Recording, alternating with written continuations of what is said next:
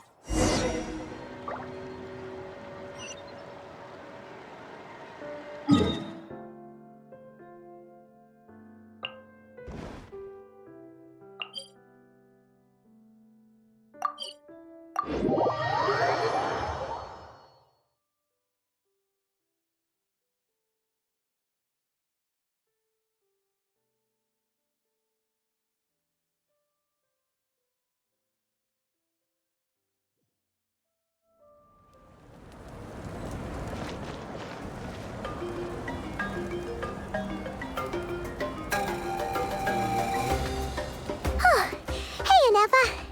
Sorry to keep you waiting. That is perfectly all right. My data indicates clear skies in the coming days. Current conditions for maritime travel, optimal. I'll be ready whenever you are. But are we really gonna set off without telling anyone again?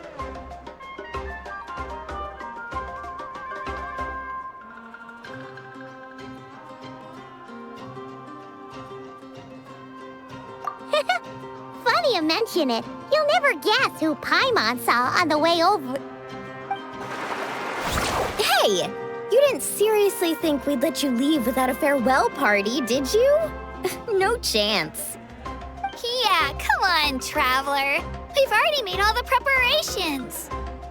And most importantly, how dare you try and slip away without first paying your respects to the almighty Dragon Lord!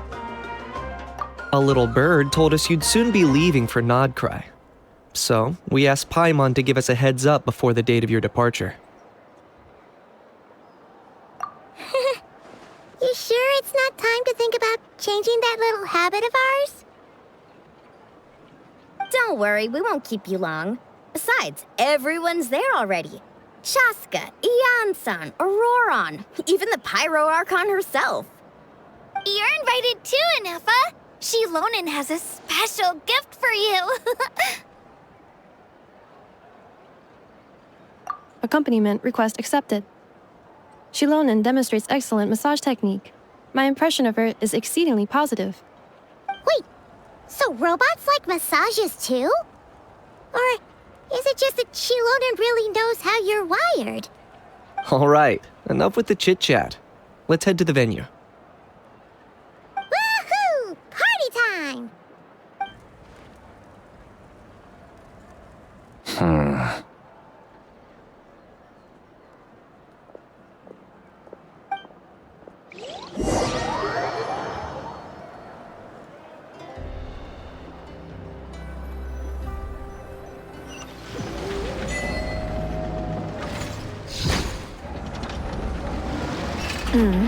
Spit it out, then. They've set off. Just as my calculations projected. About time I met this variable in person.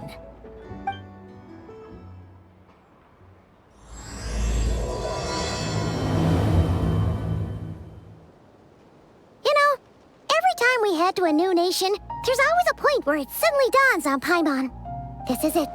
The next chapter of our adventure has begun. This time, it was the moment she realized she just polished off the very last of her Saurus crackers. Should have stocked up better at the farewell party. In other words, Paimon has marked the geographic coordinates from 2 minutes and 40 seconds ago as the boundary between Natlan and Nod Krai. This deviates somewhat from the official coordinates stored in my database. Paimon meant more in terms of how it felt on a psychological level. Anyway, what about you, Traveler? When did it really sink in for you? Huh, that actually kind of makes sense. What about you, Anefa? Come to think of it, maybe we should be asking the other way around. So, when you came over to Natlan, what was the moment you felt like you'd left Nod Krai? In that case, probably when my sensors could no longer detect the moon's power. The moon? You mean that one we can all see in the sky? Negative. I was referring to... Here we are. Paimon, Traveler, we have arrived in Nod Krai. Oh, wow!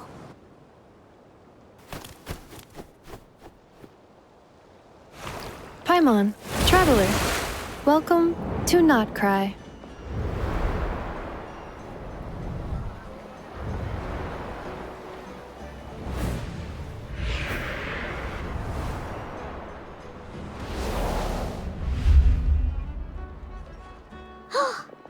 That must be Nasha Town up ahead!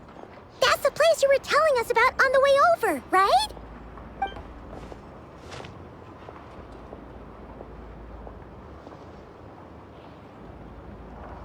That is correct, Paimon. It is also the most bustling commercial hub in all of Nod Krai.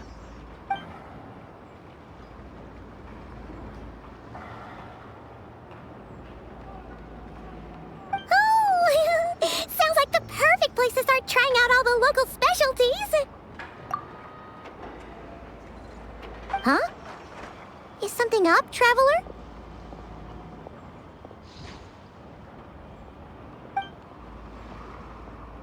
Paimon. This is where our spaceship landed when Lumine and I first arrived in Teyvat. Huh?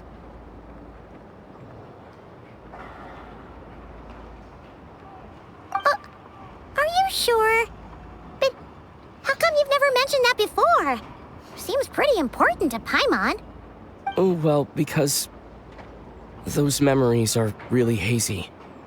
All I remember is Lumine waking me up and us leaving the ship. But just now, setting foot on this land, I felt something. The kind of power I sensed in those moments. Are you referring to Kuvaki? Kuva, what now? The locals refer to it as Kuvaki. It is a unique elemental force found only in Nod Krai, or rather, a pure, primordial form of elemental energy. That is correct. Another similar concept I have found in my database is the primordial sea. Legend has it that long, long ago, the moon that shines in the sky above us once rose from the land of Nod Krai. Modern geological surveys and meteorite studies conducted in the region have since supported this claim. So, when you mentioned being able to detect the moon's power earlier, you were referring to Kuvaki?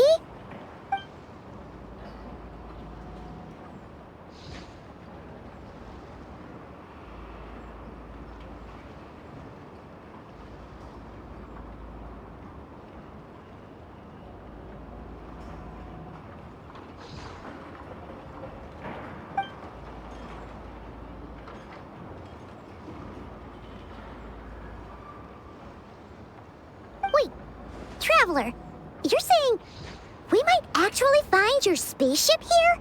Do you still remember where it landed? Nod Krai is surrounded by the ocean. In other words, it could have been anywhere along its coastline. Negative. Description still lacks sufficient detail to pinpoint target location. Hey, it's okay if you can't remember everything right away. After all, it's been a really long time. Let's just do what we've always done and keep searching as we explore. Besides, what have you got to fear with your sidekick Paimon still here? I'd be more than happy to help you out as well. Our pleasure. Anyway, just knowing that your spaceship's here in Nod Krai surely counts as a big step forward, huh? Like we've crossed another boundary? Paimon couldn't have put it better herself. You sure are a quick learner, Inefa.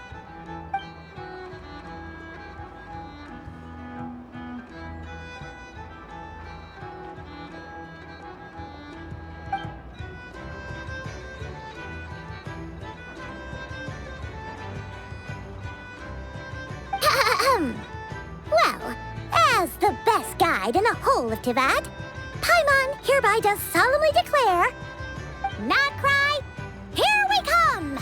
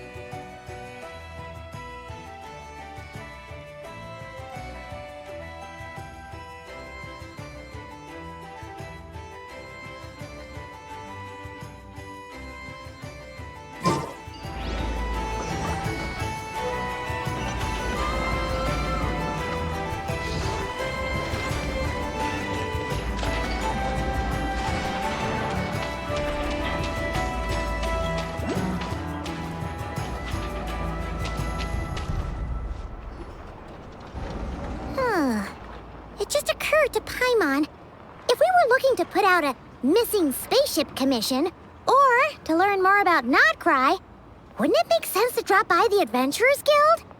The guild is located in Nasha Town. Simply follow this road and you'll reach it.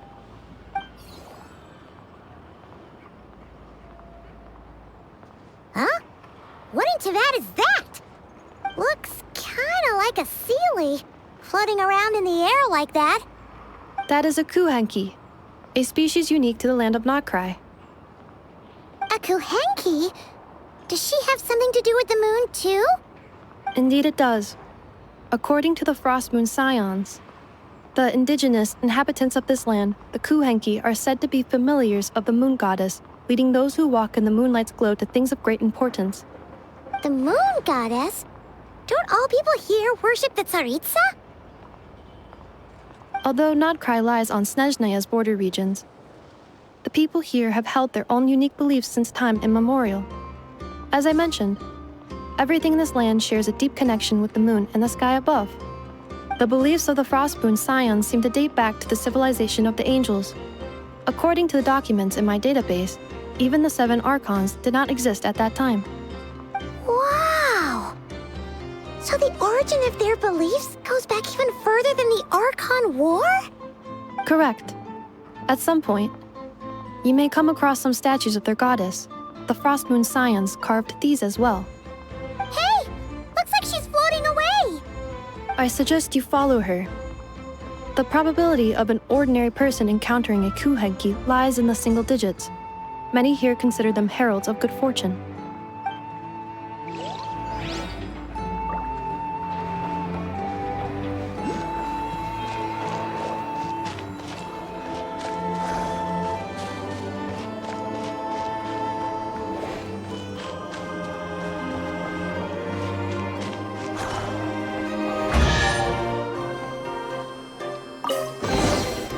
I'll keep this close. Is this a travel guide? Huh. It actually led us to something useful.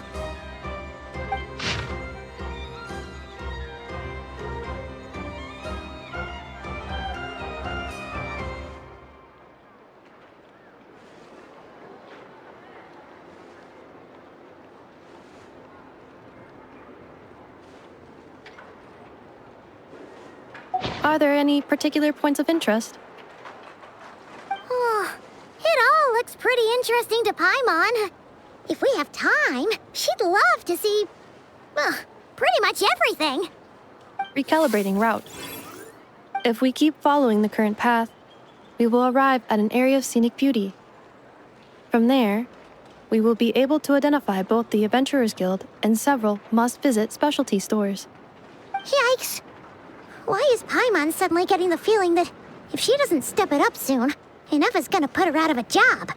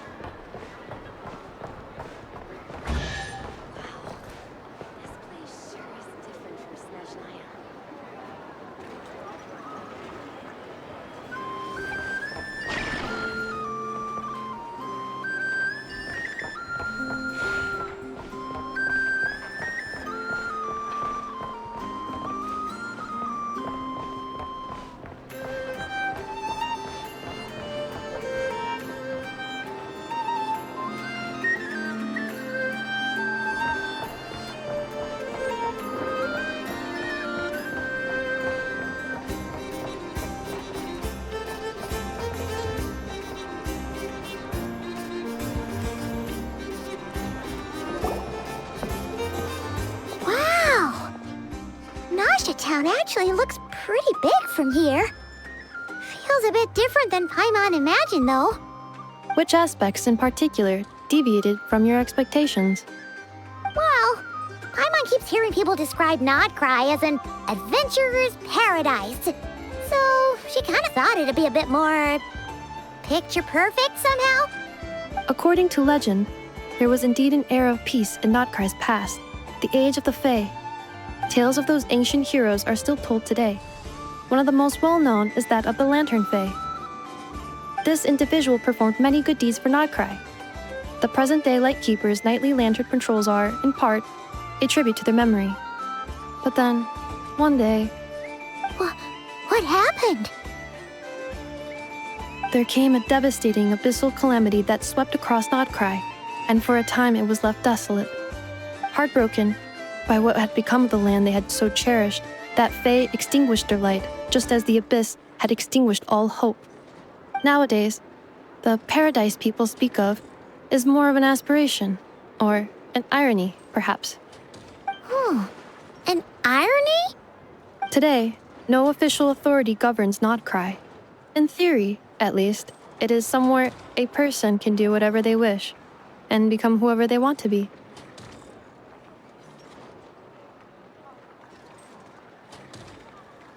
The Adventurers Guild is just over there, in Nasha Town's Central Plaza, and the flagship tavern is over that way.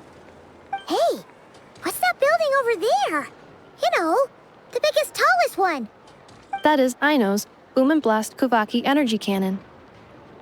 It gets activated when the wild hunt threat level outside Nasha Town reaches a certain threshold. But according to the scan I just ran, the energy cannon appears to be malfunctioning, likely due to a recent discharge. The Wild Hunt? Isn't that the abyssal calamity you mentioned that's specific to Nod Krai?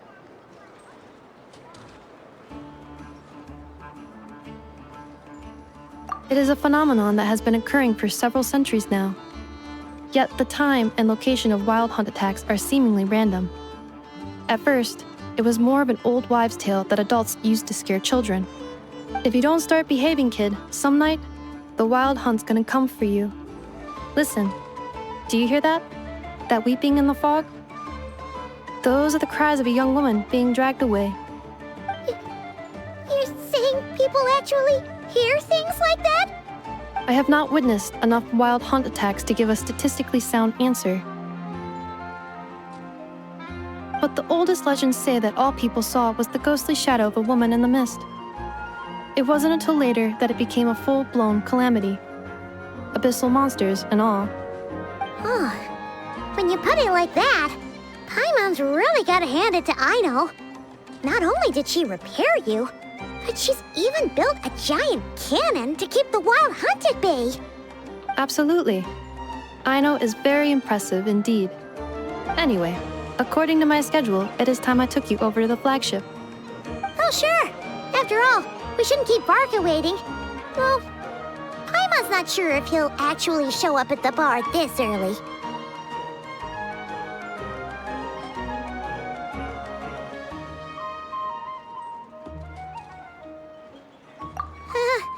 You're right about that.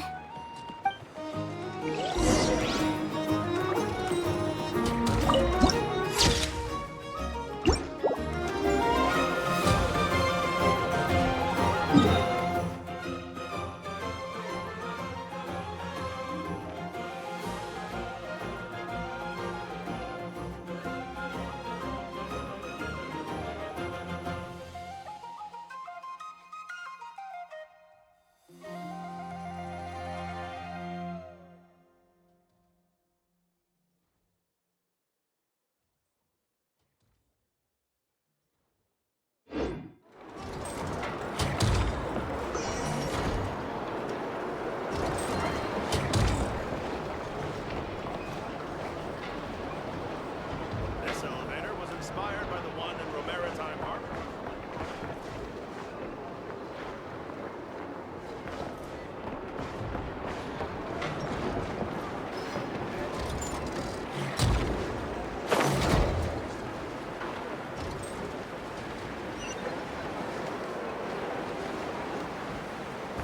Huh! Isn't this the Adventurers Guild? Why isn't anyone here? Does that mean that Catherine and Nod Krai actually gets to clock out? Anyway, let's come back later.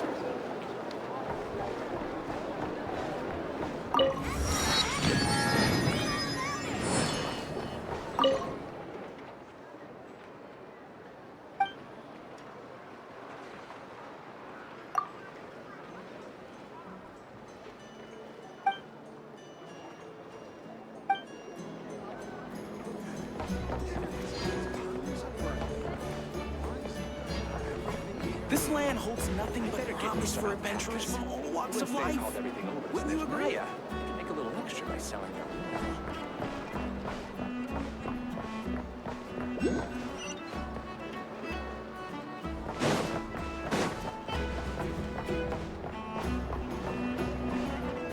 Great wisdom can be found in this smallest.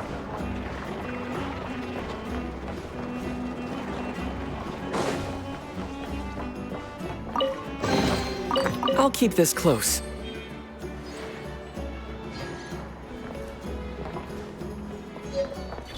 Yeah. Fresh honey. Fragrant and sweet.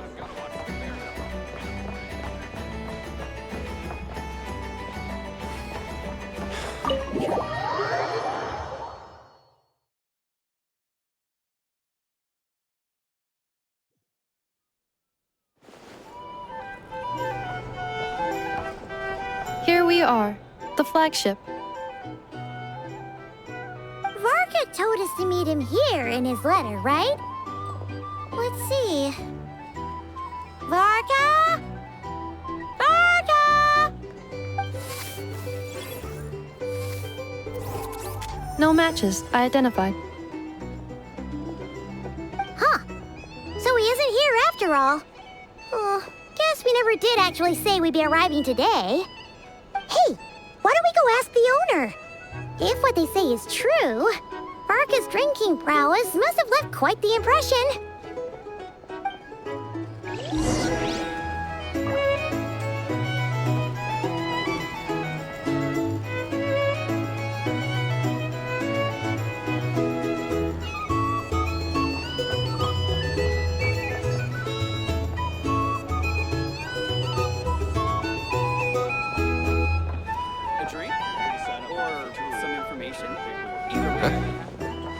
Well, well.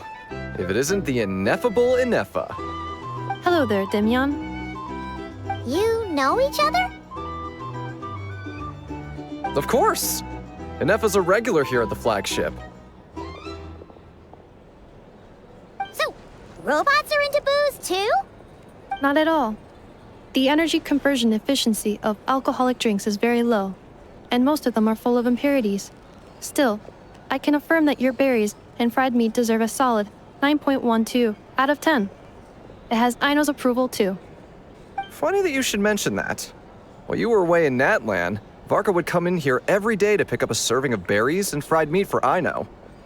Aww. He must have been worried sick that she wasn't eating properly on account of being so hung up about Ineffa being gone. Actually it's 'cause Varka found out that Aino went wild after Ineffa left, gorging herself on snacks she normally couldn't get her hands on. So it was more worry that she wasn't getting a balanced diet. I think I might have just put my foot in it. Anyway, since you're back from Natlan, these two must be the ones Varka mentioned. The Traveler and Paimon, yes? Yep, that's us. So, from the sounds of it, you must be a close friend of Varka's too. Varka? Goes without saying. After all, he's the only one around here who's ever managed to stay standing after 10 rounds of the roulette special. Paimon can't believe he's made such a name for himself. Though, guess it's hardly surprising how. Right now? Must be somewhere near Anvantinyarvi. That's quite far from here. Huh? Where's that? It's a lake in the northern part of Nod Krai. Word reached him of trouble brewing around those parts, so he took his knights to check it out. Oh. So, we missed him?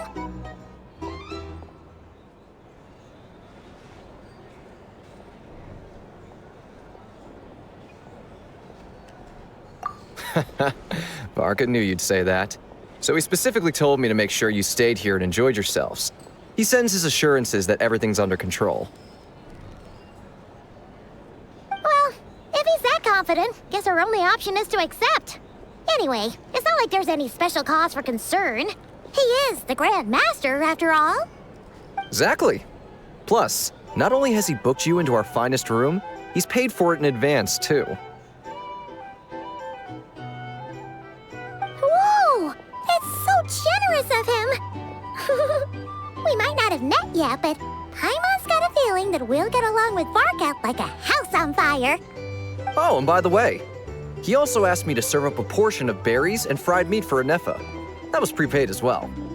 Thank you. No, thank you. I'm the one who should be grateful for your business. Traveler, Paimon, why don't you go ahead and drop off your luggage? I can use this time to go pick up some components that Aino asked me to bring back. Sure thing. Besides, now that we've got ourselves a map, once we're done unpacking, we might as well go for a stroll ourselves. Why don't we meet up again later?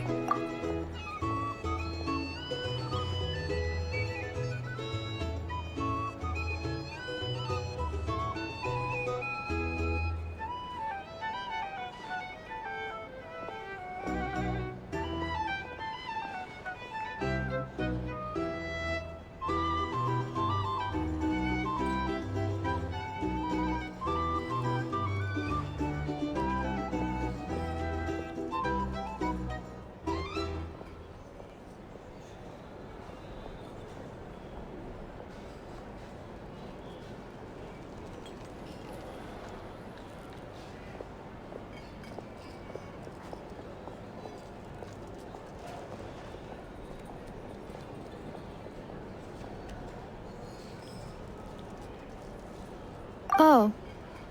So you no longer require navigational assistance?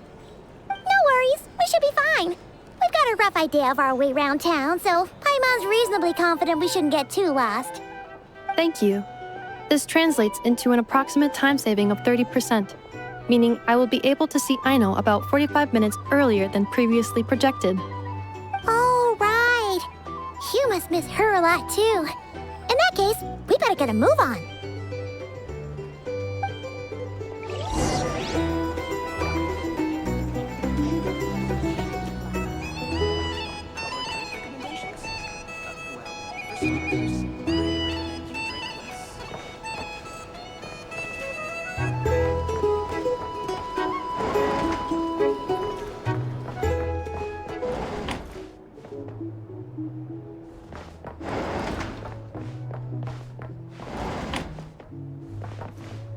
If you're here to sign up with the Fatui, make sure the paperwork is all in order. Back in my day, we'd...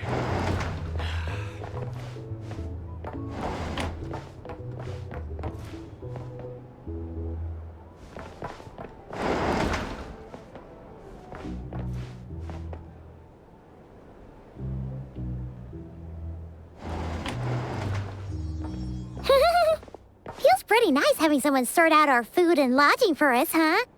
But is this really the flagship's best room? It's pretty big, make no mistake, but it looks a little worn out, right? Though, to be perfectly honest, that feels right at home with everything else we've seen of Nasha Town.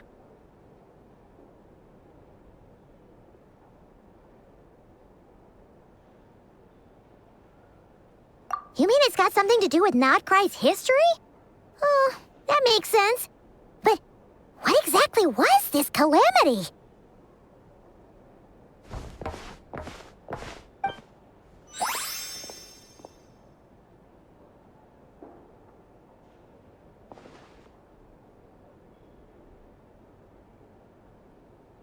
Oh, should we try the berries and fried meat too? Paimon's getting hungrier and hungrier every time someone mentions it. Oh, sorry about that. Paimon wasn't watching where she was going. Please, there's no need to apologize. If anything, I'm the one who should be sorry. Clearly, I shouldn't have gotten lost in my thoughts in the middle of a hallway. Wait a sec. Are you staying in the room next to ours? Ah, quite the perceptive one, I see. First things first, allow me to introduce myself. My name is Kirill Chudamirovich Flintz, but please, just call me Flintz. Whoa, that's an impressively long name for sure. Ah, is that so? Names like mine ought to have been fairly common in Snezhnaya, at least in the past. Would I be correct then to assume that the two of you are travelers in this land? Yep, you sure would be. Paimon is Paimon, and this is the Traveler. We've been to a bunch of nations already, but we only just arrived in Nod Krai today. What a rare honor it is to meet such worldly travelers. Are you here for travel too? If only I had the time to spare. No, I'm just staying the night. Oh, so you're here for business? That's certainly one way to put it. I'm a Ratnik of Nod Krai, normally stationed near the burial grounds to the north. My sole cause for being here today was to repair this lantern of mine.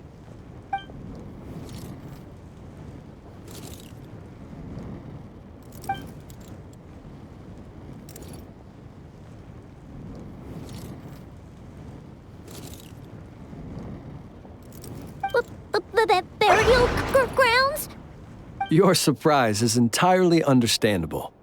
Most people cannot even begin to fathom the idea of a life surrounded by tombstones and decay. But if you've heard of the calamitous abomination that is the Wild Hunt, you'll know that in their wake they bring a host of souls tainted by abyssal filth. That then is why we are stationed by the burial grounds, to hold the line where it is most vulnerable. Oh, so it's all about fighting against the abyss.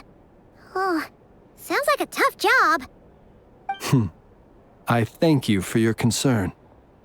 But in truth, I've long since grown used to it. In fact, I like to think it rather suits me.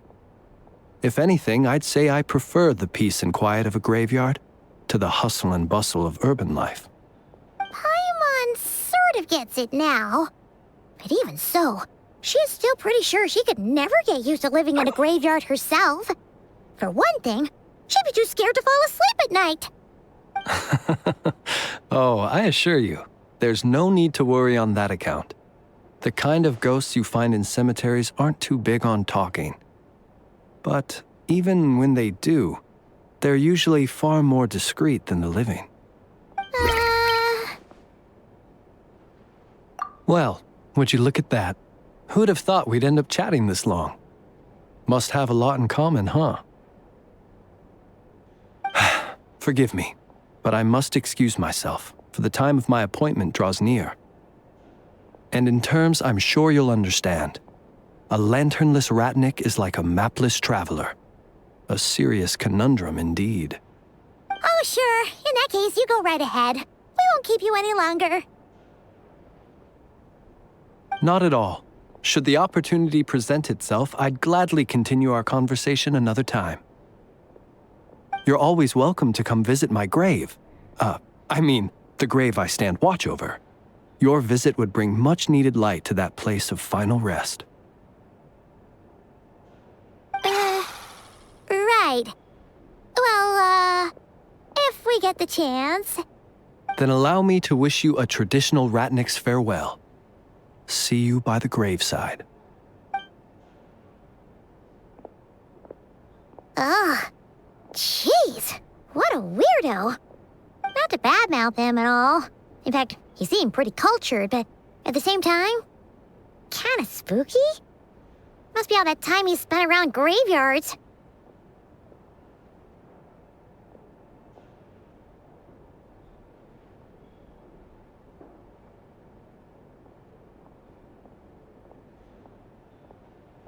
His lantern? No, not really. You mean, 'cause it was broken? Huh. Guess you've always had a nose for stuff like this. If you're worried, you can always ask him the next time we cross paths. Hey, don't you start spouting all that weird stuff too.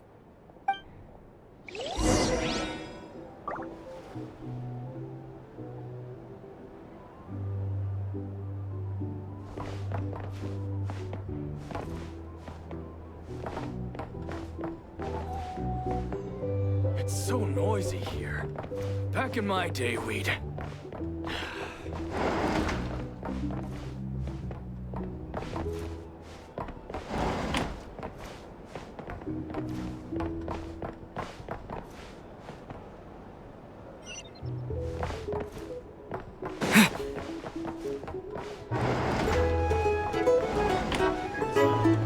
Here's the thing. You can't live life without a little spice.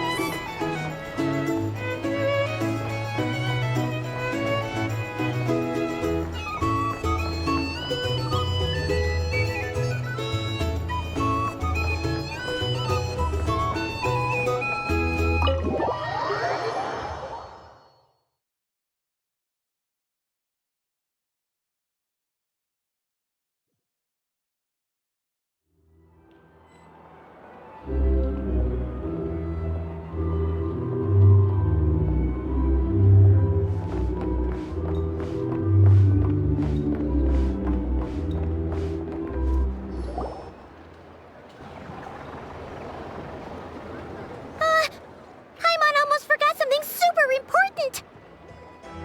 Were we gonna go try out the berries and fried meat?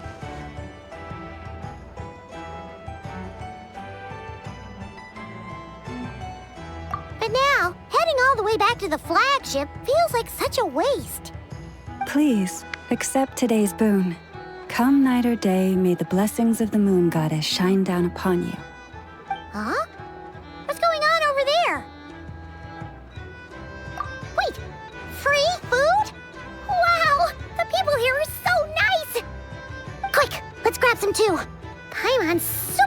curious what their food tastes like. Moonlight illuminates the path before you, travelers from afar. Huh? How'd you know we were travelers? Just now were a song the birds in the sky, singing of your wanderings. You are no ordinary guests, it seems. The birds and the... what now? Forgive me.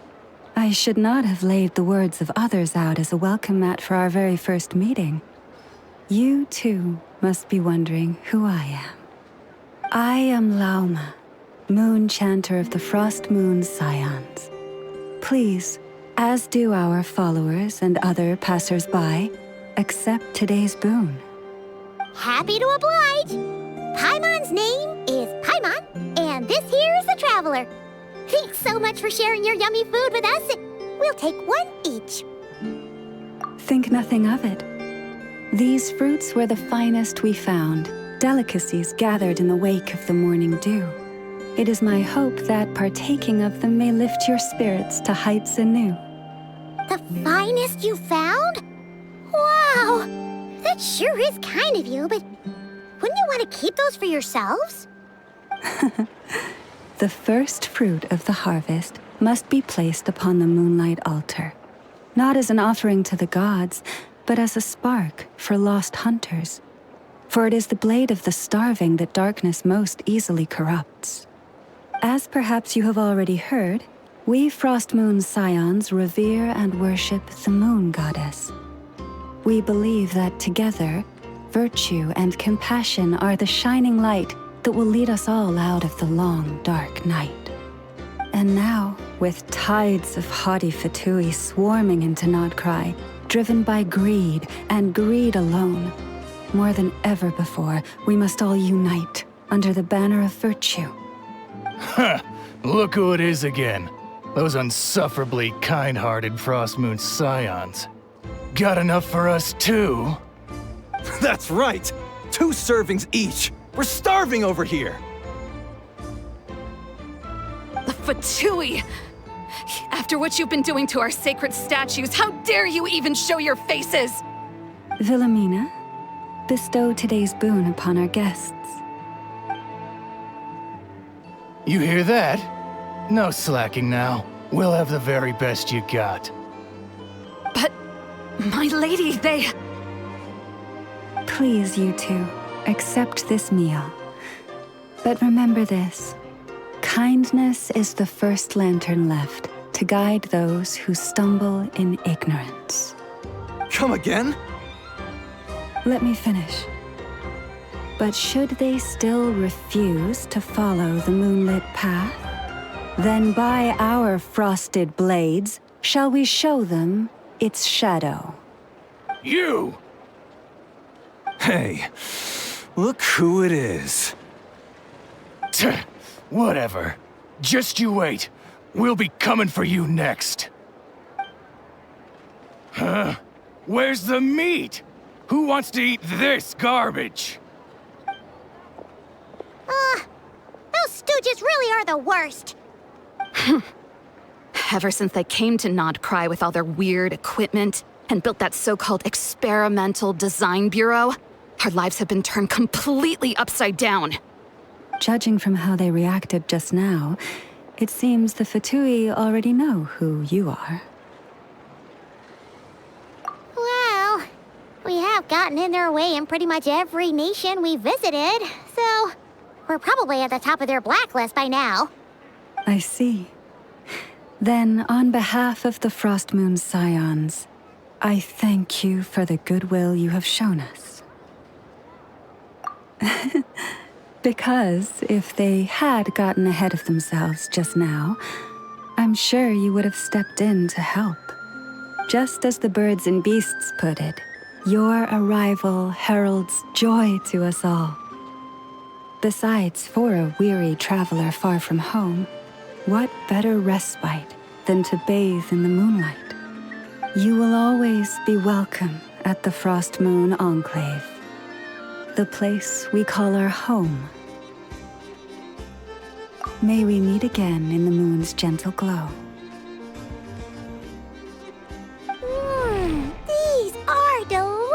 delicious. So refreshingly fresh. Those two Fatui wouldn't know a good thing if it came up and bit them on the shoulder. Looks like Inefa isn't done with her shopping yet, and the Adventurers Guild is still empty. Where should we head next? Good idea. Wouldn't want to let the Kuhenki down after all. Let's see. Okay. Paimon's got our route all figured out. So, all that's left to say is, don't fall behind. This is Nuts and Nuts. It's mostly a fruit shop, but there's a crafting bench too. This is the Speranza, one of the travel guide's recommended restaurants. All the waiters here are kids.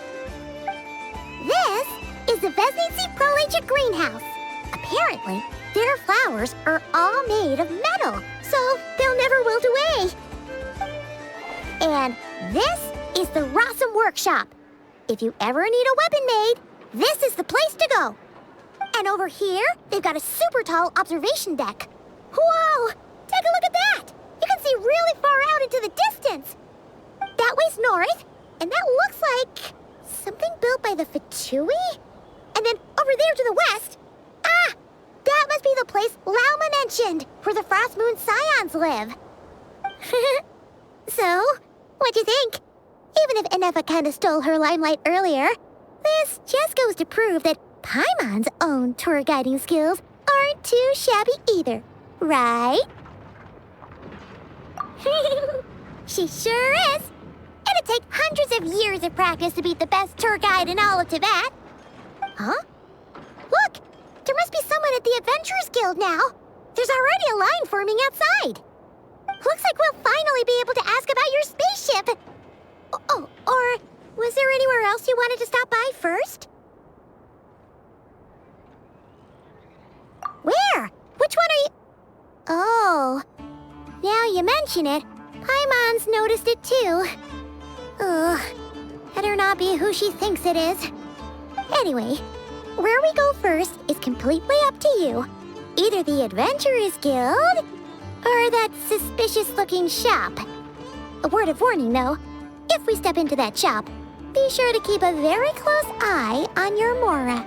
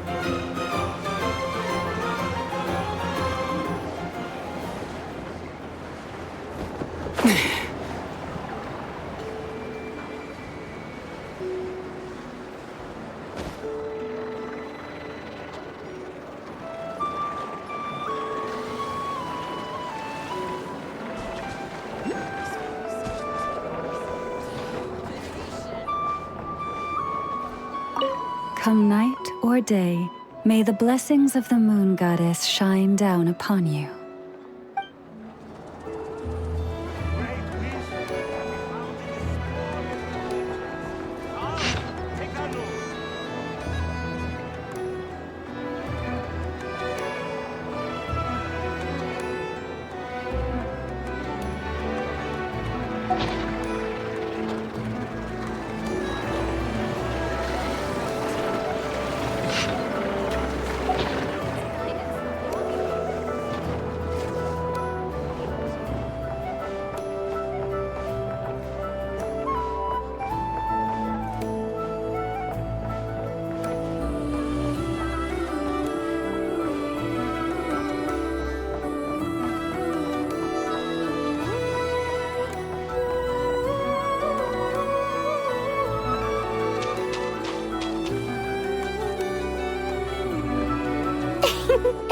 please, here you go. And if you ever need anything else, don't forget to make the great Lord Sangama Bay your first port of call. Oh dear. So it is the real deal. Of course it's the real deal. Everything you'll find here is 110% real, meaning every one of my deals is as real as a deal can... Wait a minute. Well, if it isn't my two most valued clients. And with no small thanks to your munificent patronage. Come. How could you just sneak into Nod Krai like this without telling your dear Lord Sangama Bay? If I'd known earlier, I would have made an absolute pulled out all the stops to ensure that your boat ride over was as comfortable as humanly possible. Thank the Archons we didn't tell you. Oh, come now. You know as well as anyone how impeccably and conscientiously above board I am when it comes to doing business. Well, regardless of whether that's true or not, the main issue here is that we had no idea you had a branch in Nod Krai.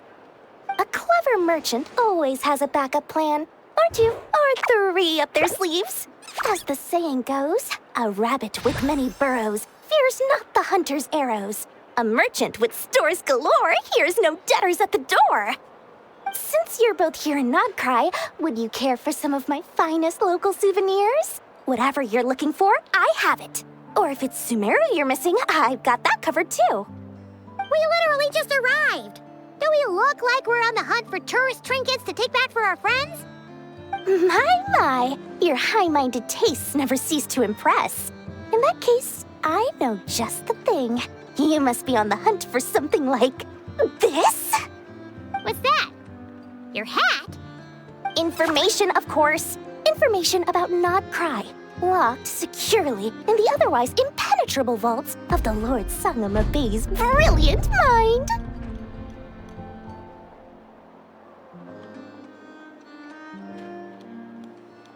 I knew it! I just knew you'd appreciate the value of my wares. On the back of all our pleasant dealings in the past, I'll even take a hit by throwing in some insider info for free. Wow. You sure are feeling uncharacteristically generous today. What do you mean by uncharacteristically? I am the most generous person forget it. Anyway, the long and the short of it is this. The moment I set up shop in Nod Krai, it struck me how many different factions there were, all competing against each other for power and influence. Well, as they say, there's no time for business like a crisis. Things got even more turbulent after the Fatui pulled down 2 ancient moon's remnants. People began to catch a whiff of the coming chaos. And the more troubled the waters, the greater the potential profit. Not at all sorry to interrupt, but we're not here for Mora. Oh, really? But surely it was the tales of an adventurer's paradise that brought you here. The chance to take your very own slice of all the latest and greatest business opportunities? In that case, what would you like to know about?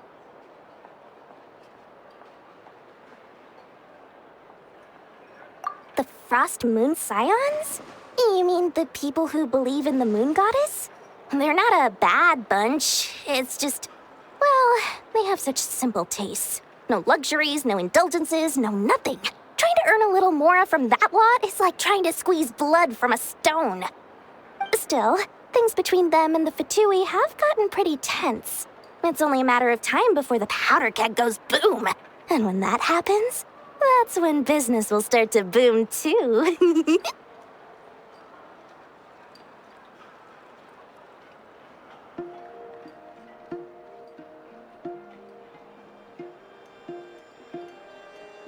Oh, they're an organization set up to keep the locals safe. Apparently, they have a long and glorious history, and they're made up entirely of volunteers. But seriously, a volunteer organization in Nod Krai? This place is hardly a magnet for noble hearts. No pay, all work. That's not a business model, and it's certainly not for me.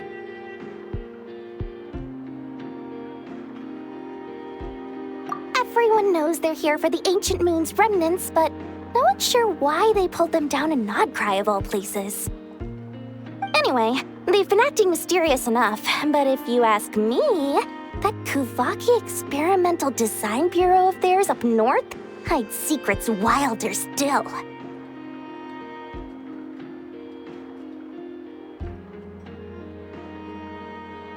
That bunch of booze-loving monstaters? Ugh, don't even get me started. As fellow Outlanders, I thought they'd be easy pickings, but somehow, every single one of our business negotiations wound up at the flagship. I've done plenty of deals with heavy drinkers before, but those guys? I never once made it to the contract signing before blacking out. I'm getting flashbacks of the hangovers just thinking about it.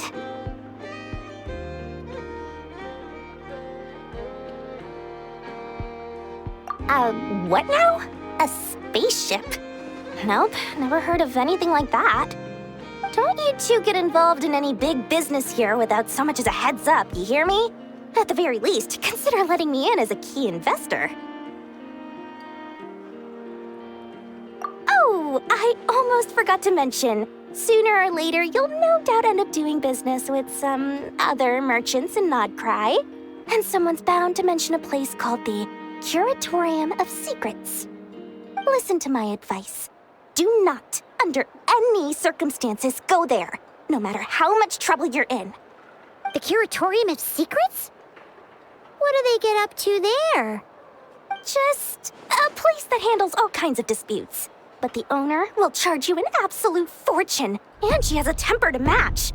Nothing like your friendly neighborhood Lord Sangama Bay. You're not just saying that to stop your competition from undercutting you, right? When did that little pipsqueak get so sharp?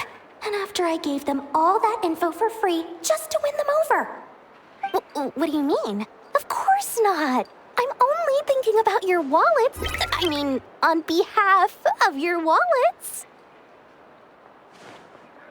You're really not convincing anyone, you know.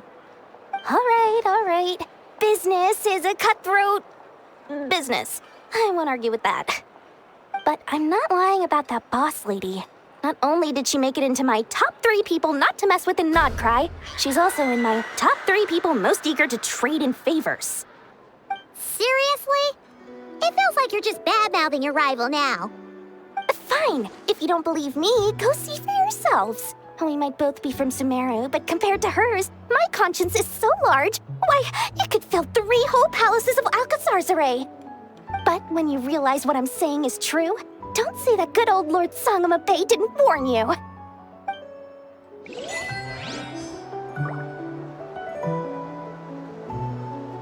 Anyway, don't be a stranger now. We might be in Nod Krai, but don't forget, Dory's doors are always open for you.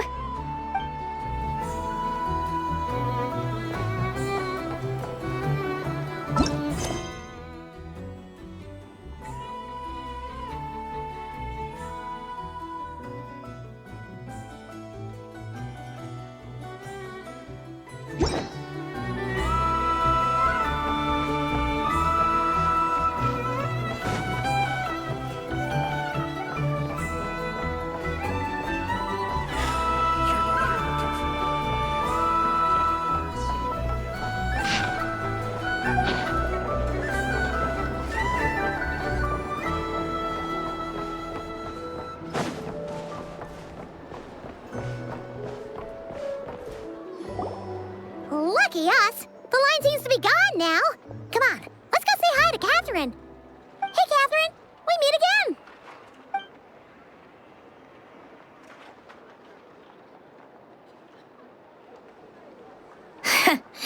How ridiculous. Huh? They often say that mortals, shackled by their own flesh and blood, may fail to perceive the truth of this world, even when it is right beneath their very noses. Yet I had not expected to have the pleasure to witness such heights of absurdity firsthand. But Paimon must have gotten the wrong person. At second glance, you do seem a bit younger than Catherine, and you certainly sound a lot less friendly. A creator might forgive ignorance, but being mistaken for one of my own creations is beyond all pardon. Look very closely, for standing before you is none other than Marionette, 7th of the Fatui Harbingers. A harbinger?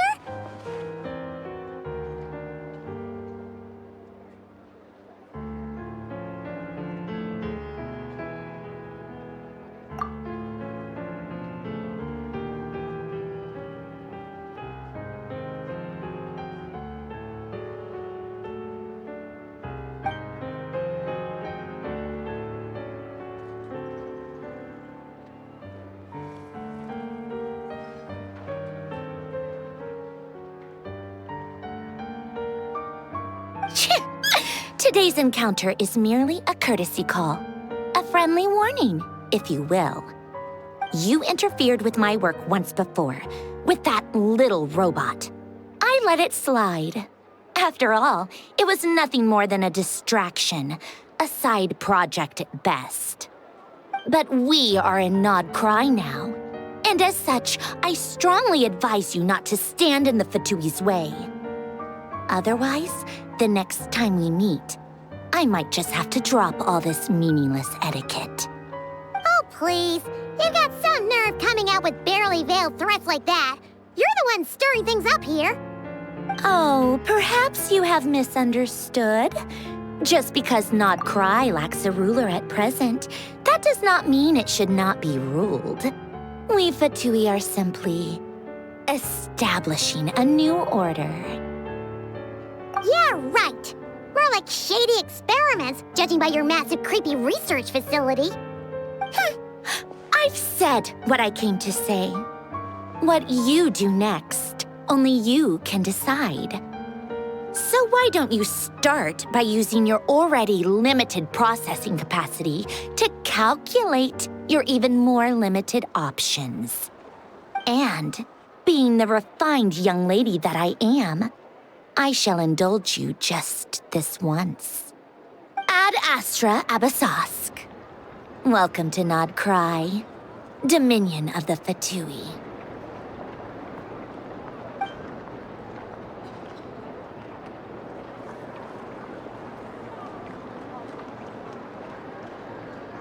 Ugh! Paimon's so mad right now! How can anyone so obviously evil be so annoyingly self-righteous? But if a Fatui Harbinger is here to greet us in person, that can only mean one thing.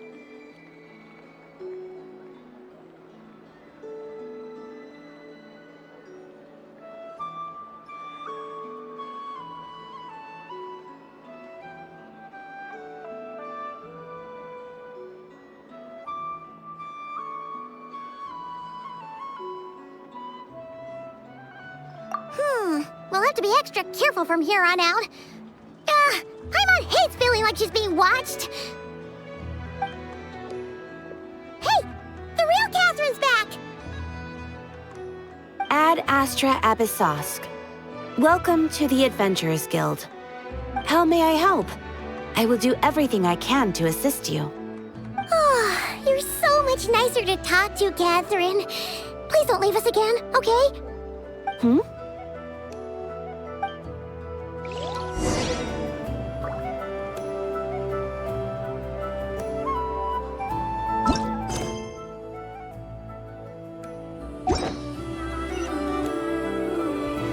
Ad Astra Abyssosque. Welcome to the Adventurers Guild.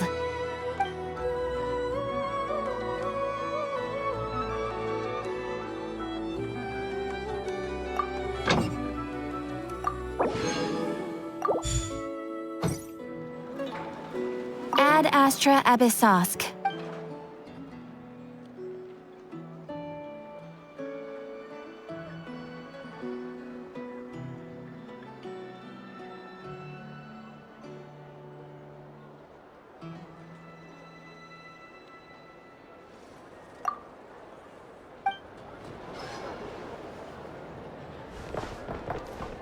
This land holds nothing but promise for adventurers from all walks of life.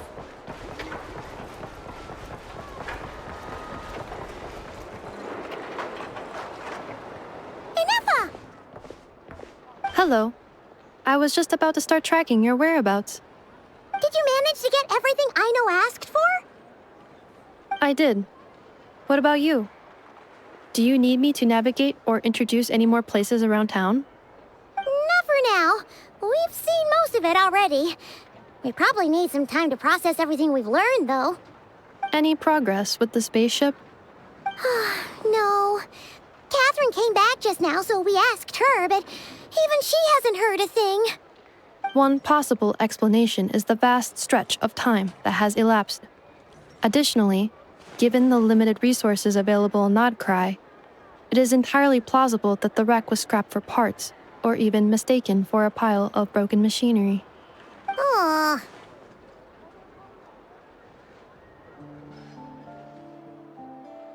Understood. In that case, why don't we go ask Aino together? After all, she was the one who salvaged me, ancient dragon technology and all. If there really are any unusual parts floating around Nod Krai, there's a high chance they've passed through her hands at some point or another. Good point.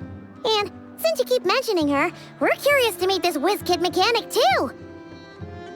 Understood. Then I'll handle navigation as before. ETA at the Clink Clink Krumkake craft shop. 34 minutes ahead of schedule.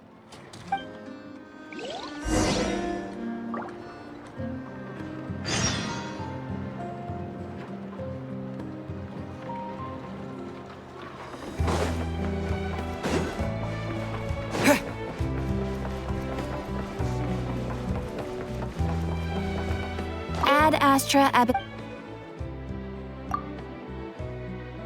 Ah, traveler. You have come at just the right time. I have something for you.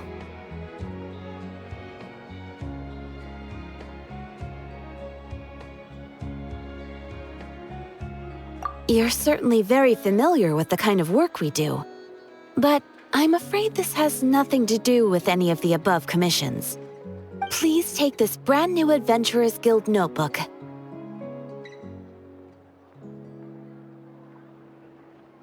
The Adventurer Handbook is for recording details of your completed commissions and intel on all sorts of monsters. Whereas this notebook is for recording the marvelous people and wonderful events you encounter on your travels. I hope it will be of help to you. Anyway, that's all for now. My commission is complete. Safe travels, traveler. Ad Astra Abyssosk.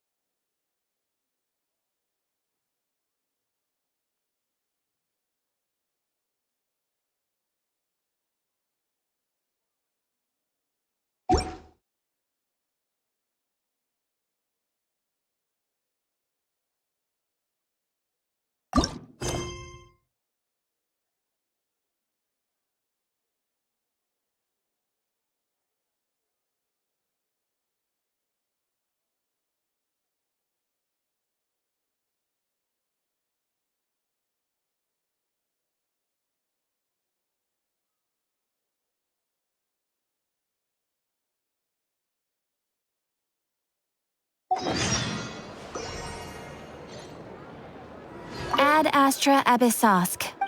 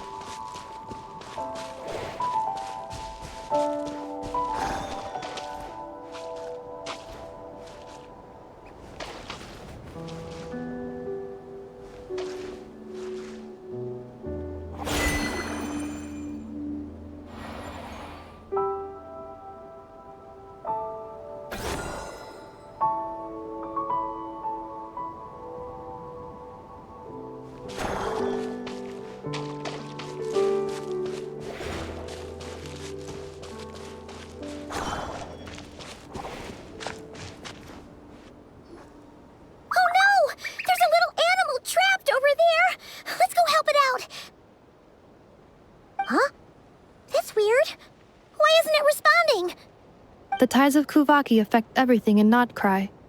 So much so that many creatures have evolved a kind of dependency upon it, growing stronger or weaker as it waxes and wanes.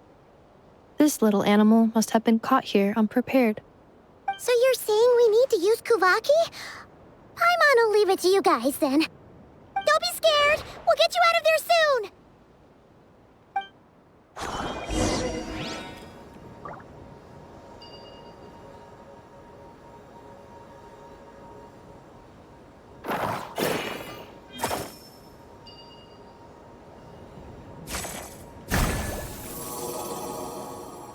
Oh, it worked! Off you go now, little one. Don't go getting yourself caught again.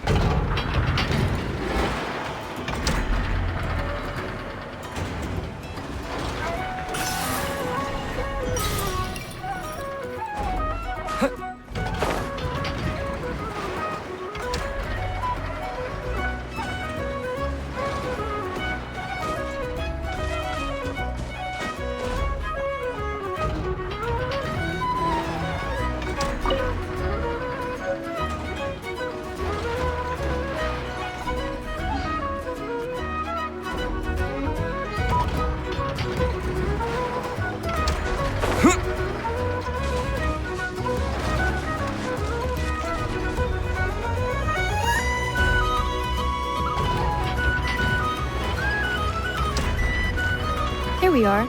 The place Aino and I call home. Whoa! So many machines that Paimon's never even seen before. And then there's all these little robots. Did Aino build them all? That is correct. It looks like Aino has created 3 more little bots since I've been gone. Aww. Well, you were gone for quite a bit. She must have missed you. I missed her too. I want her to see what I've become. Let's not keep her waiting any longer then. Come on!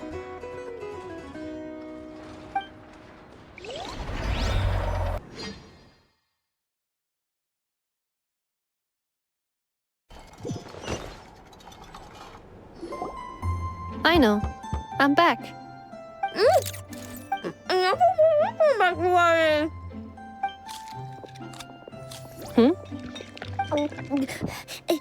Ineffa? You're back significantly earlier than I expected. Like a whole 30 minutes at least. Everything went very smoothly, which saved me quite a bit of time, so I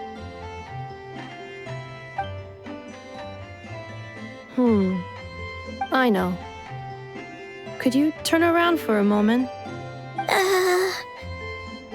I know. I've been on my best behavior the whole time you've been gone. She's got chocolate all over her mouth. I know. While I was away, did you strictly abide by my tailor-made snack intake schedule? Oh, of course I did. 1 whole cake, 1 crumb cake, and 1 pack of chocolates a day, right? It was either a cake or a crumb cake or a pack of chocolates per day. Oh, shoot. When did you finish the snack stash I left for you? Literally just earlier today. Let me just go run a scan on that. I meant today, a week ago. And then you restocked an entire week's worth on your own initiative? 2 weeks worth.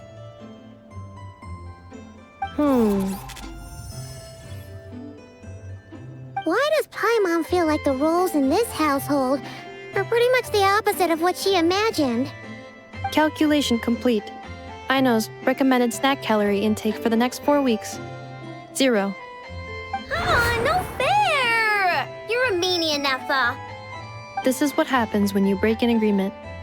Oh, come on! Don't do this to me!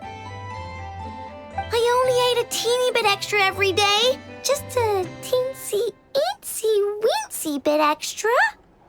That is objectively not a teensy bit extra. Oh, seriously? If you'd only arrived half an hour later, I would have had everything cleaned up and you wouldn't have noticed a thing. But now that I think about it, you even said you'd come back a bit earlier than you did, so I wouldn't have to worry. But then, you were away so long, and I was so worried about you. And that's the only reason I even... Oh. I know. I am very sorry to have kept you waiting. I'm back now. Welcome home. Oh. So, will I be able to keep eating snacks as usual now? Negative. Okay. Well, given that I am later than I initially projected, I'll let it slide. But just this once. Thanks, Ineffa! You're the best! I know. Allow me to introduce. It's the honorary knight and Paimon! I know. Uncle Varka talks about you guys all the time. Nice to meet you, Aino. Ineffa's told us all about you, too.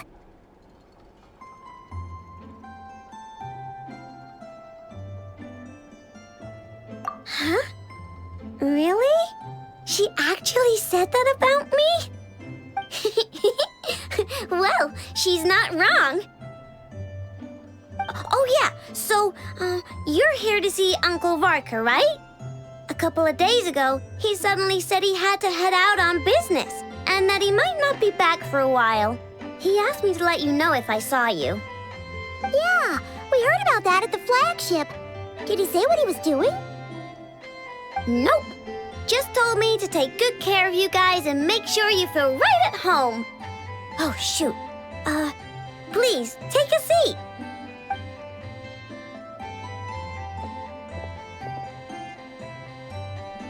Do either of you need my help with anything? Anything at all? After all, I'm the head of this household. Sure wouldn't know it from that snack tantrum she just threw.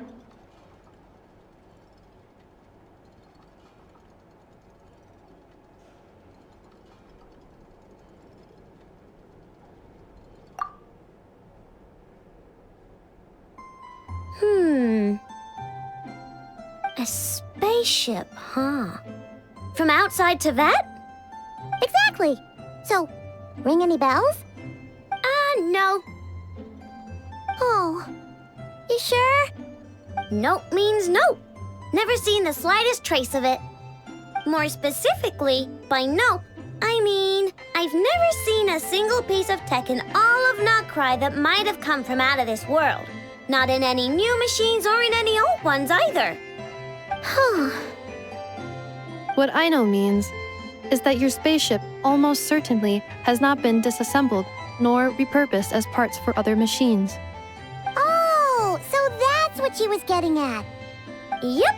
I've taken apart pretty much all the fun stuff in this city at one point or another, but I don't recall ever seeing any components that were anywhere near that special. So, either your spaceship crashed somewhere it's never been found, or someone did find it and then hid it really, really well. But who would even do something like that? Beats me. Maybe someone who thought they could stash it away for a rainy day. Just like how I sometimes hide snacks in the...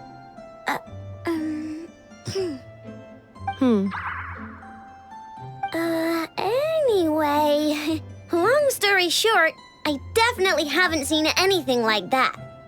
Besides, sounds like it would practically be ancient history by now. If anyone still has any leads on what really happened, it'd be the Frost Moon Scions. The Frost Moon Scions? Huh? Haven't heard of them yet? Didn't Anefa tell you about their rituals? There wasn't enough time to delve deeper into their history and traditions. What kind of rituals are we talking about? I've never actually seen them myself, just heard bits and pieces here and there. They say that each of their moon chanters has had access to an ancient relic that lets them see the true past.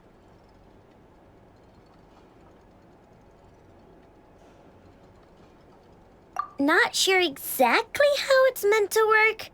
I can't get my head around anything that can't be explained by either machines or science. And to tell you the truth, I don't like it much either.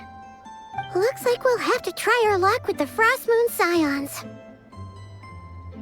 Aw, leaving so soon? Sure you don't want to hang out a little longer? It's getting late, I know, and these two still need to head over to Hisi Island. It would not be convenient for them to linger much longer. Aww. All right then. Don't worry. We'll be sure to drop in on you as often as we can. Really? You promise? Sounds like my type of visitors. You're welcome anytime. I'll be staying to look after Aino today, so I won't be going with you. Hey, don't sweat it. We'll find our way just fine. I'm glad to hear that. Also, I must admit, I have very much missed the charging bed that Aino made for me. Oh, are you here to play with me? My name's Aino, and I'm an inventor. Me and Anefa live together. I could probably eat all the cakes and cookies in the world because I love them so much. But my favorite kind of all is Lackaberry Crumb Cake. Come visit my Clink Clank Crumb Cake craft shop whenever you want. Anyway, that's me. What about you? Tell me something about you. Then we'll be friends.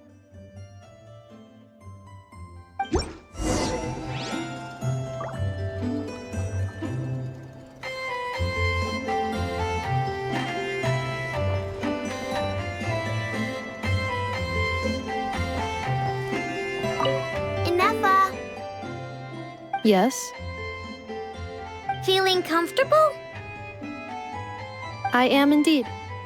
No bed in the world is as comfortable as this one. Enough, Yes? want me to increase the charging rate? Please, if you would. Thank you, Aino. Enough, Yes? I'm hungry. In that case, please enable quick charge mode.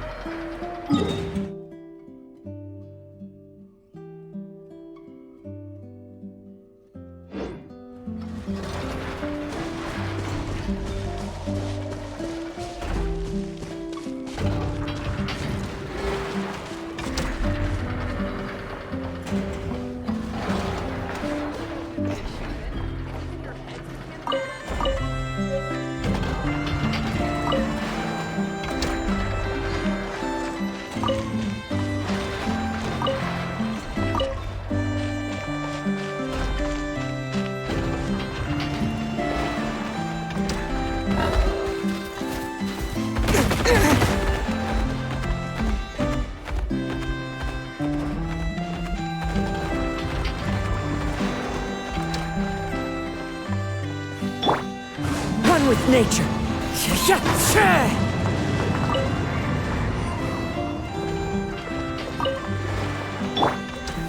Stabilize!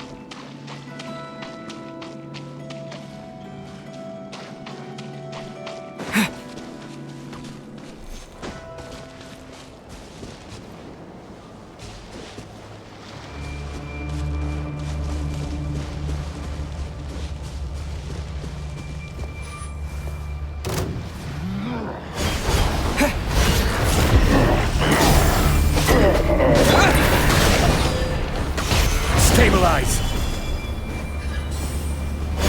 Order guide you!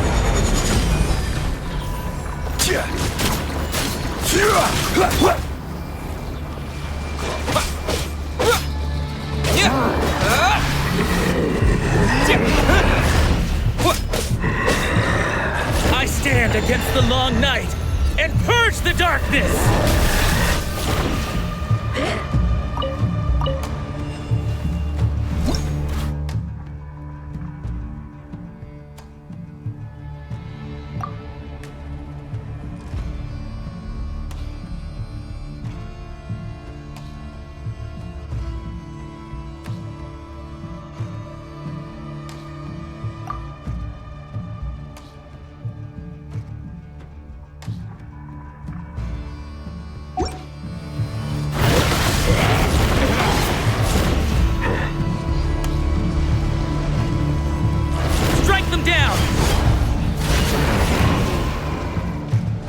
I stand against the long night and purge the darkness!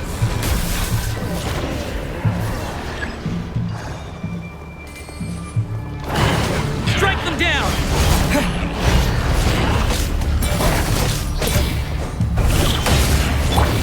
Into the wind!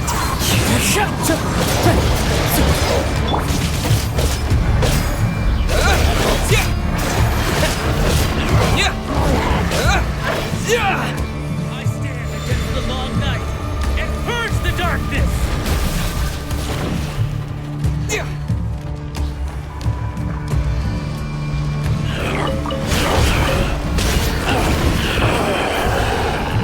Strike them down!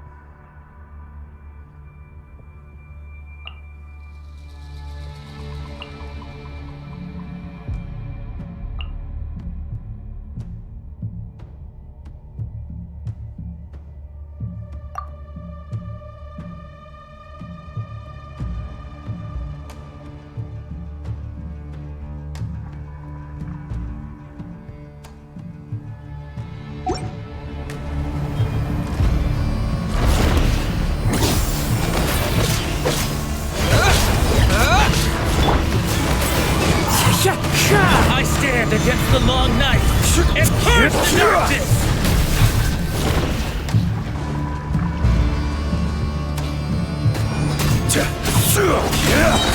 This is order.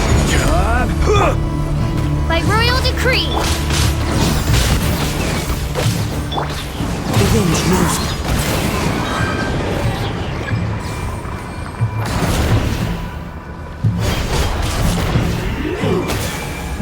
I stand against the long night and purge the darkness! As one with wind and cloud, wind strike. Like the north wind!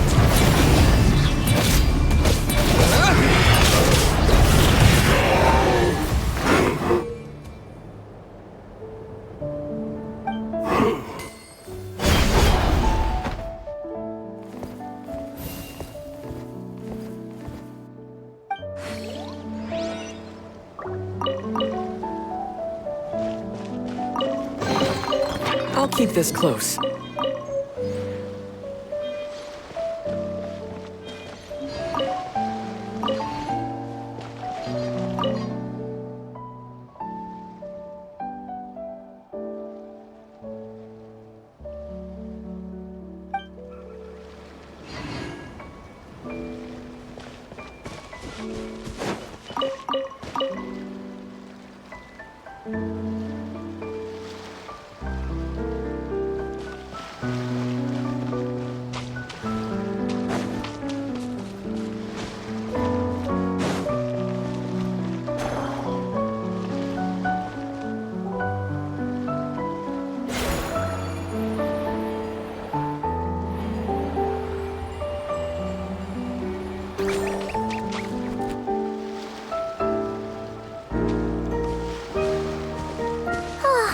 Seeing Anafa and Aino reunited like that sure was heartwarming.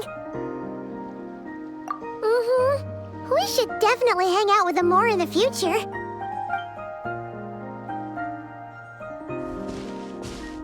Speaking of homes, we must already be close to where the Frost Moon Scions live. The vibe here feels different, just like the scenery.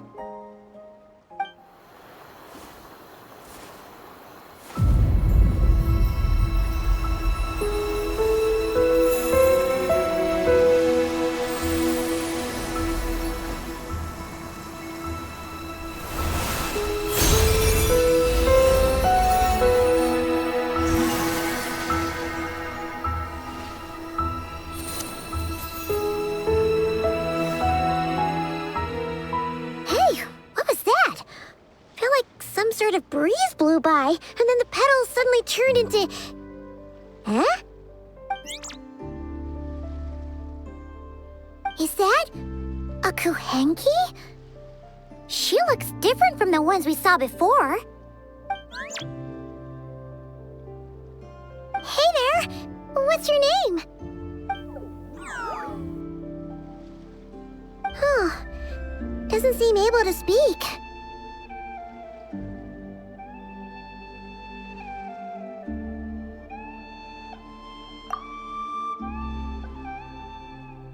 No idea what she wants. Unless you want to stop, maybe we should just keep moving?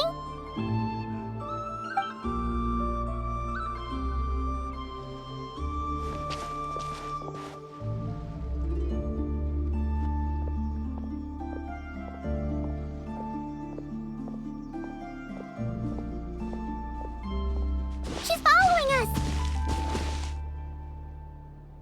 Go on. Go on now. We've got stuff to do. Best you find someone else to hang out with.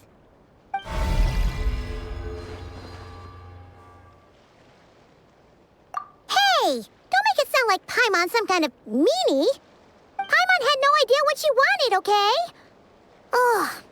Anyway, next time Paimon sees her, Paimon promises she'll be nicer. Seeing as we're on our way over to meet Lauma anyway, we can ask her about it while we're there.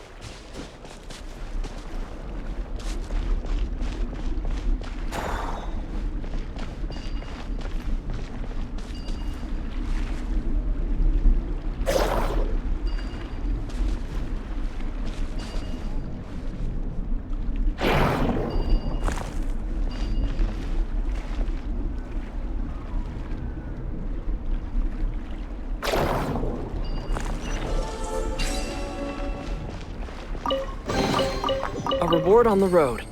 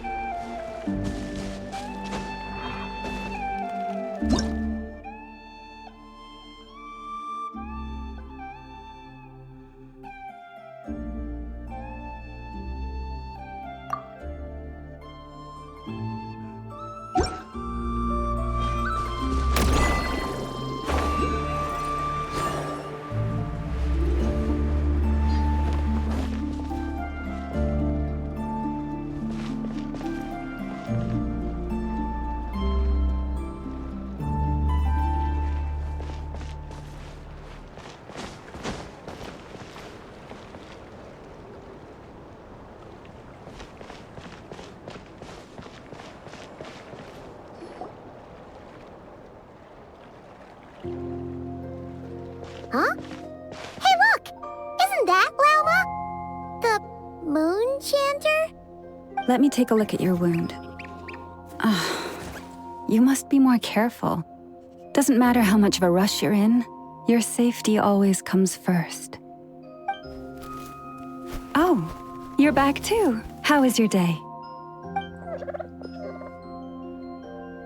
You what? Those two Fatui? The ones who were causing trouble in Nasha Town? You went to teach them a lesson? And you put that in their food? You naughty little thing! How could you do that? They didn't notice. That's not the point. You mustn't do that again, okay? Next time, at the very least, bring a few of your friends along too. You'll be an easy target if it's just you on your own. Hey, Wilma! Still remember us? Oh, it's the Traveler and Paimon, isn't it? Welcome to Hisi Island.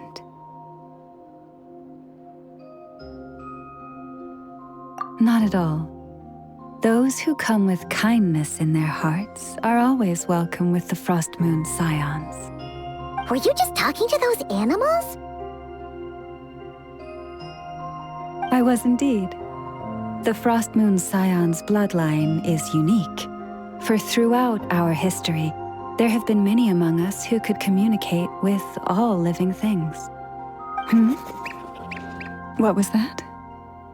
Oh, is that so? She says she was trapped in a plant earlier, and that you were the ones who rescued her. She wants me to thank you on her behalf. Oh, it was nothing. Barely lifted a finger. If you both are free, why don't you join us at the Frost Moon Enclave for dinner? Consider it a small token of thanks for your kindness. We'd love to! And actually, we had something we wanted to ask you anyway.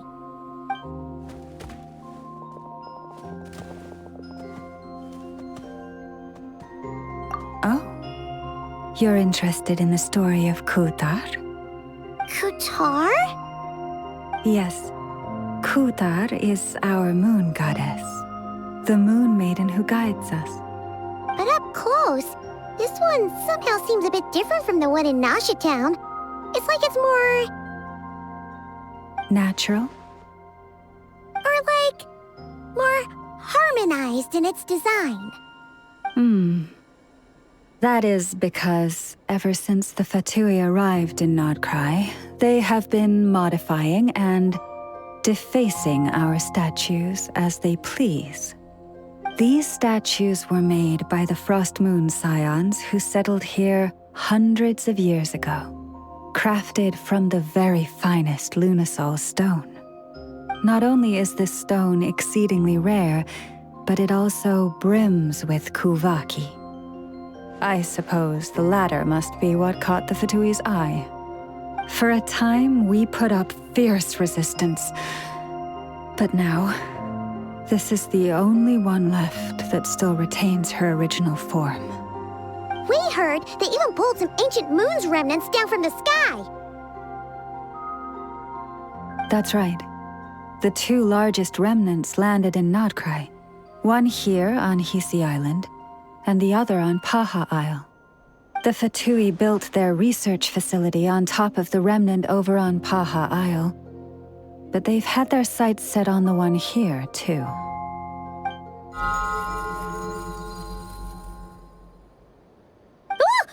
Oh! It's that little Kuhenki again! Surely that can't be. Hey! We've been wondering what was up with it, too. It just appeared out of some petals and hasn't stopped following us since. No, that is no ordinary Kuhenki. These we name Luonnotar, beings born from the moon goddess's blessing. Can you understand what it's saying? We honestly haven't got the slightest idea why it's been following us. I'm afraid not. I cannot fathom its thinking any better than you can. Sometimes a long time must elapse before the moon goddess's blessings turn into Luonnotar. Perhaps you two were simply there to witness that transformation. Oh, maybe. Legend has it that the Luonnotar bring good fortune. Given that it seems to have taken a liking to you both, why don't you let it come along with you? Really? Then you can start by helping us find some more treasure chests along the way. Capiche?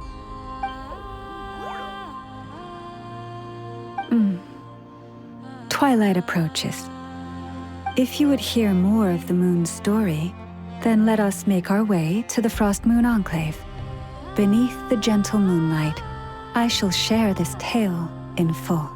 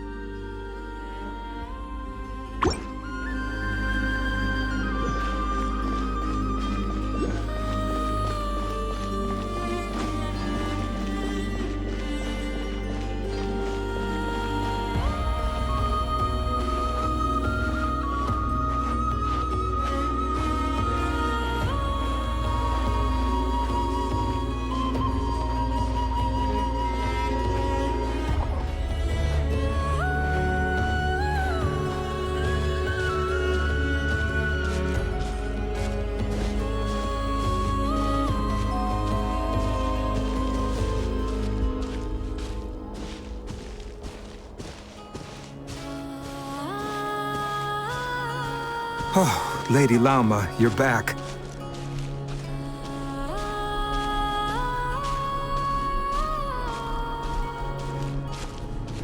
Come day or night, may the blessings of the moon goddess shine down upon you.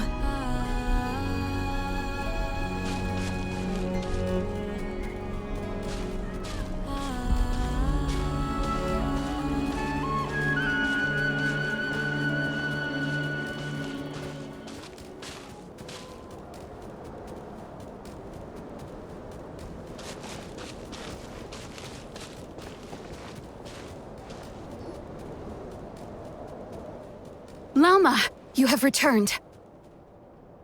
Wilhelmina, this is the Traveler and Paimon. Kindly arrange for 2 additional dinner settings for our honored guests. Of course, my lady.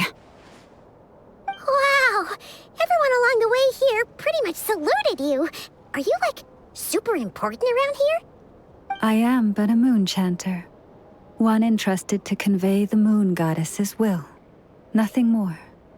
She's just being modest. The Moon Chanter holds the highest rank among us Frost Moon Scions. Lauma is our leader. Wilhelmina? I know. I'll send word to the kitchen. 2 meals coming up. Whoa! Paimon had no idea you were such a big shot. It is merely that the unique traits of our bloodline have manifested themselves especially strongly in my person. That is no accomplishment of my own. Please, follow me this way.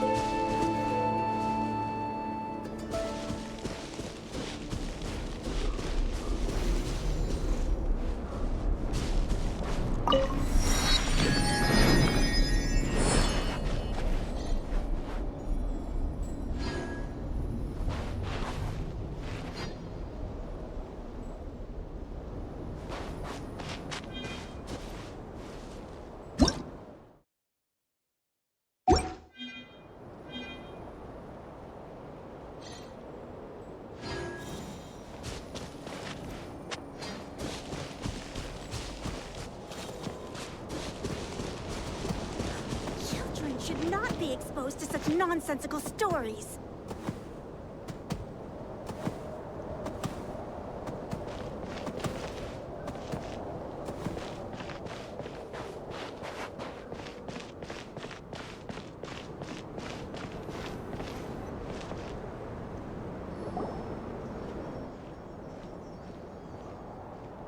Even to this day, I am still trying to piece together the many fragments of our past.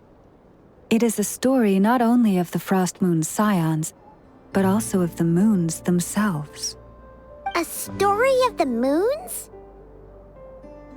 Yes. We Frost Moon Scions are the last descendants of the ancient golden realm of Hyperborea. Its former glory may have faded, but what remains is a memory uniquely ours. In the distant past, Teyvat had not just one moon, but 3. It is said that they were created by the primordial master of this world, cast into the firmament to keep peace in the land below. Firstborn was the eternal moon, largest of the 3. Legend has it that it was her immense Kuvaki that gave rise to the ocean tides. Next was the Frost Moon. Smaller than her big sister, yet brightest in radiance. Her glow became the cold, undying lantern of the night. Finally came the iridescent moon, smallest of the sisters. Most of the time, her light was barely visible to the naked eye. Yet when she shone, her fleeting halos were all the more mysterious for it. Wow! Sounds like it all happened so long ago. So, what happened to them afterwards? Afterwards, well, as you have seen, the 3 moon goddesses perished.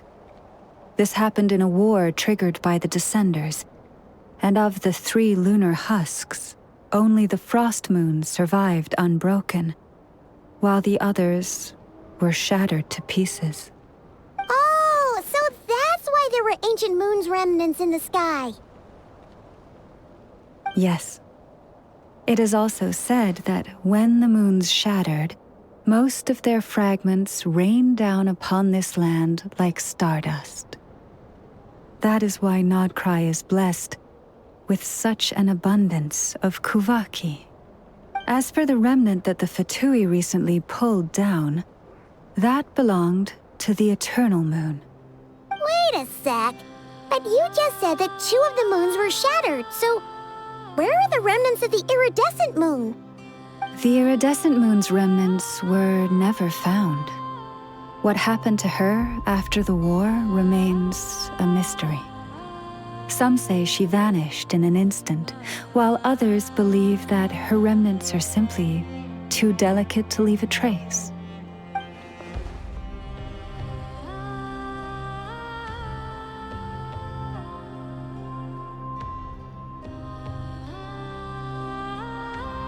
Yet, though the era of the 3 moons has long since faded into legend, successive generations of Frost Moon Scions have always passed down a prophecy that one day the moon goddess would return. And in the end, that prophecy did indeed come to pass, though not quite. Lady Lauma! Lady Lauma, are you there? Cappy, what is the matter? Lady Lauma, it's my daughter, Karina. Her illness. Take me to her, right away.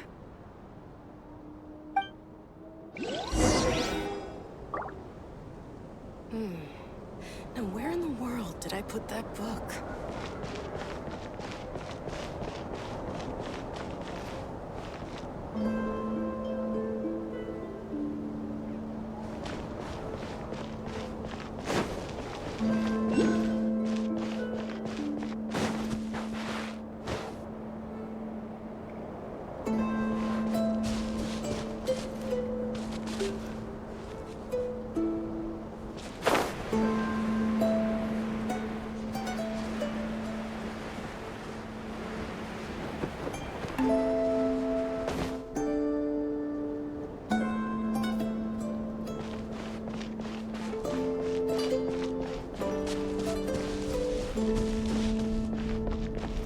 Prices like these are just outrageous.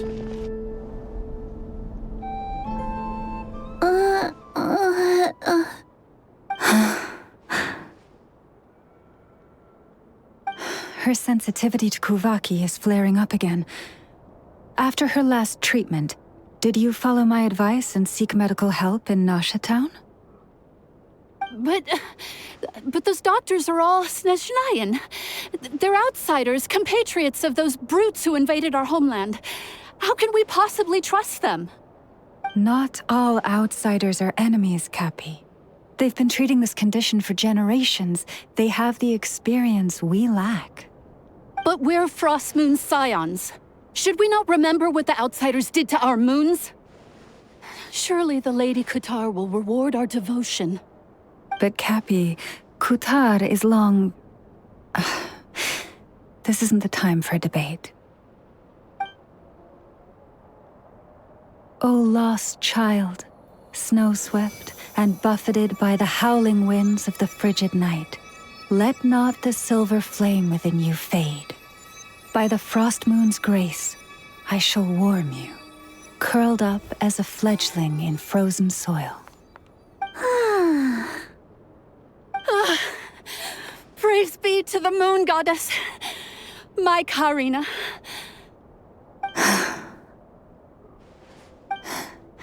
Remember, she must take powdered laka berries daily. It will ease her symptoms.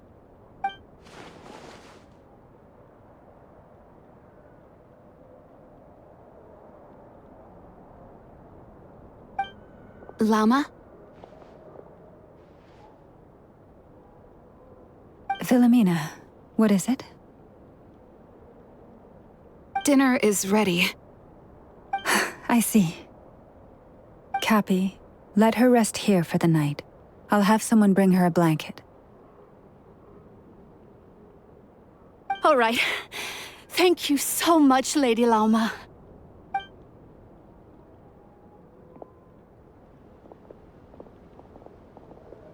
Will she be all right?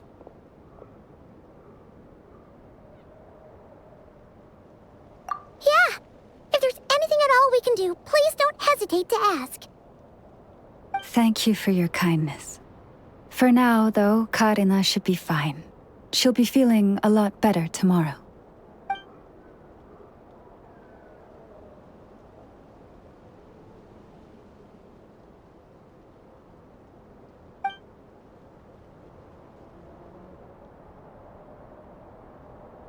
Please do not be worried. Come, let us head to dinner. I believe you still have some questions for me.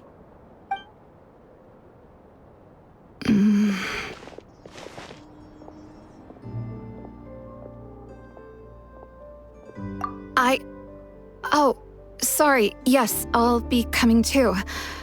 I was just thinking about something. Oh? Lauma makes such an unshakable moon chanter. Calm, capable, someone we can count on. Deep down, though, I know she's been quietly carrying the burden for the rest of us. Traveler, Paimon. Believe me when I say that as a fellow Frost Moon Scion, I do worry about Lauma. It's just that sometimes it's hard to say it to her face. Could I ask you to look out for her? I can tell she really trusts you.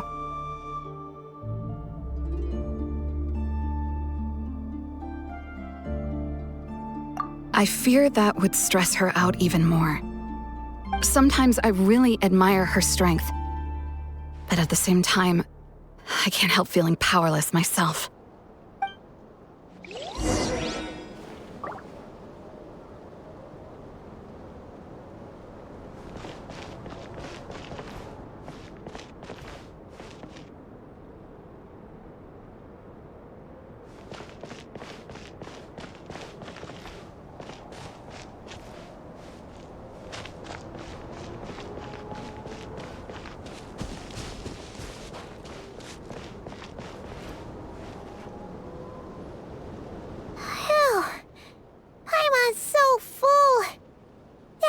even better than the stuff you gave us before. I'm glad to hear it. Thank you for accepting such simple hospitality. Hey, we should be the ones thanking you. Seriously, that was seriously scrumptious. How did you even manage to finish it? This slop's barely edible. Then again, I guess that's what you'd expect from savages. It's you! Those rude old Fatui we just met back in Nasha Town. My sincerest apologies. If you found the food we gave you earlier difficult to swallow, may I suggest taking a deep breath and joining us? These delicacies might change your mind. After all, I suspect that your previous meal may have been tainted with something most unpalatable. Huh? What do you mean? Tainted with what exactly? With the bitter snobbery of those who call themselves civilized. Why, you?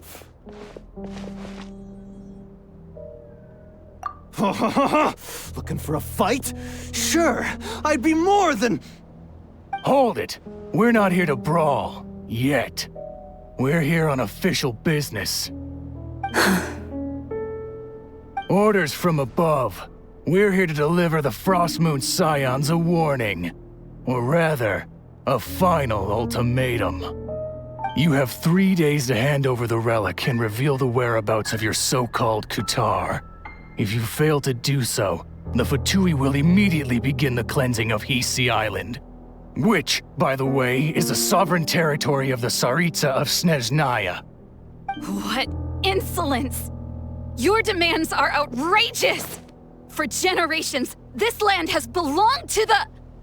Dear guests, allow me to save you both time and trouble with a speedy reply. The Frostmoon Scions will never hand over anything to the Fatui. And to those who set foot on our land with ill intent, I say this. With your blood, we shall draw an inviolable line in the snow. That applies to you, too. Stubborn savages, the lot of you! Better hold back this time. Who's there? You poor lost lamb. Do it. Into the wind.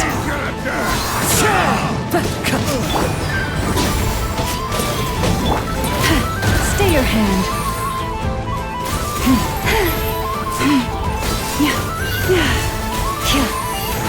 You're pretty sharp. You'll pay for this. Mark my words.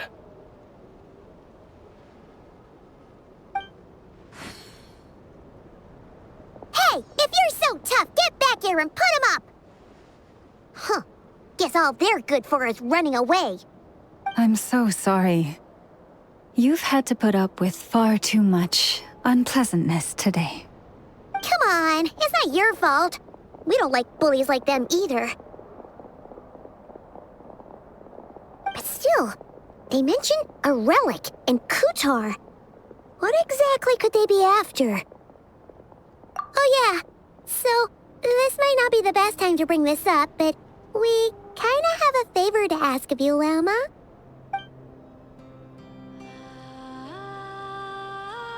I see.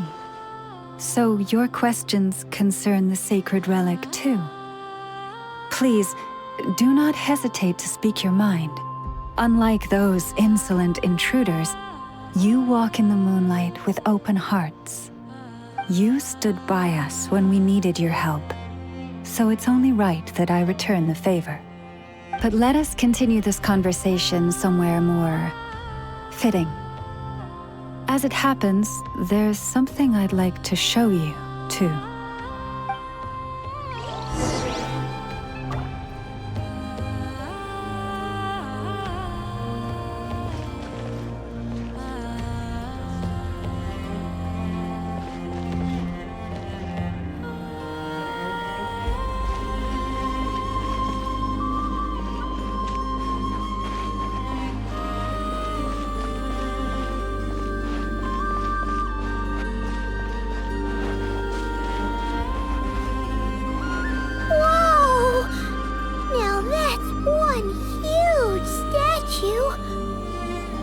This is the statue of our goddess, the Moon Maiden Kuthar.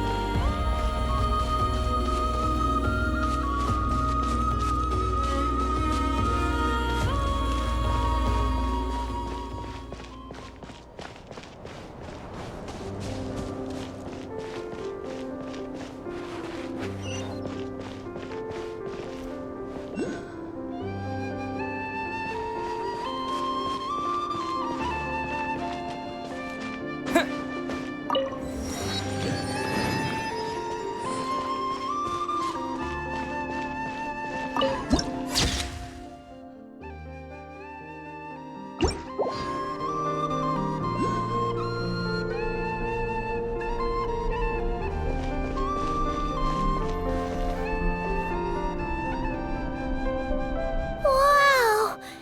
It's spectacular! Kuthar was born here on Hisi Island around 500 years ago. As it just so happened, a priestess of the Frost Moon Scions witnessed the moment of her birth. Instantly realizing that this was the prophesied rebirth, she quietly recorded the event and carved this statue to honor that miracle. According to legend, Kuthar's birth was accompanied by the sudden appearance of many Kuhenki, who wove the moonlight that bathed her into silken vestments fit for a goddess.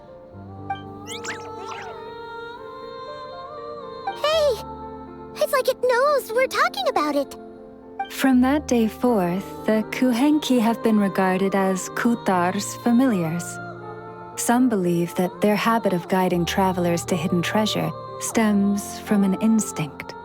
The same one that not only drives them to protect the moon goddess, but also to make her smile. After all, according to the records, Kuthar always looked lonely as she gazed up at the distant moon.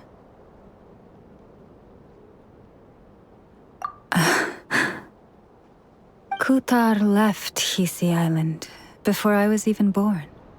According to the previous moon chanter, the goddess was angered by our people's greed, and that is why she left us. Where did she go? No one knows what happened after she left.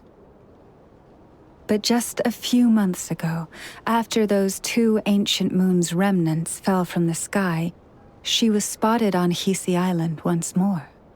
And the Fatui have been harassing and threatening us ever since. Judging from what they've said, our moon goddess is actually their missing harbinger, Columbina, the damselette. The damselette? But isn't she number 3 amongst the Fatui harbingers? So she's actually the moon goddess. Why would she join the Fatui then? That too is a question I've struggled with. But even at the best of times, understanding other people's choices is difficult, let alone those of a goddess. Plus, forgive me, there I go again, rambling on about our history. But you came here to ask about the sacred relic, didn't you? Honestly, Paimon's not sure which part she's more curious about now. Since ancient times, the Frost Moon Scions have had in our possession a special fragment of the ancient moon's remnants. A piece in which I sense a power unlike any other. Successive generations of moon chanters have all detected a divine presence within it. We call this unique remnant the Moon Marrow. We heard you can use it to see what happened in the past. What is it in particular that you seek from the past?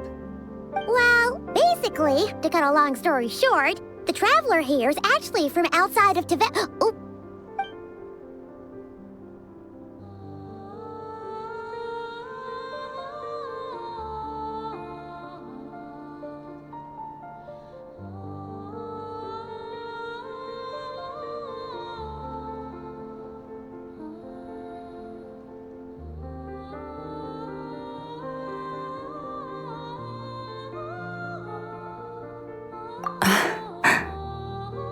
Thank you. Your honesty is a sign of your trust, both in me and the Frost Moon Scions. Unfortunately, though, I won't be able to use the Moon Marrow to shed light on your past just yet. Our people revere the Moon Marrow as a sacred relic. I'm only permitted to retrieve it from the secret chamber in which it is hidden once a year, on Moon Prayer Night. Oh, really? So, when's the next Moon Prayer Night? Judging from the tides this evening, a little less than 2 months. Huh? Does that mean the date changes every year? The ceremony is held on the night when the moon is closest to Tevat. This is also when Nod Krai's Kuvaki reaches its peak. Only then can the seal on the secret chamber be lifted. Oh, guess we've got no choice but to wait. I am truly sorry that I cannot help you sooner. But, as the Moon Chanter, I swear that I will do everything I can to help you find the answers you seek. Think nothing of it. After all you've done for us, you deserve nothing less. Who'd have thought today was only our first day in Nod Krai? Feels like so much has happened already. If I may be so bold, what does family mean to you?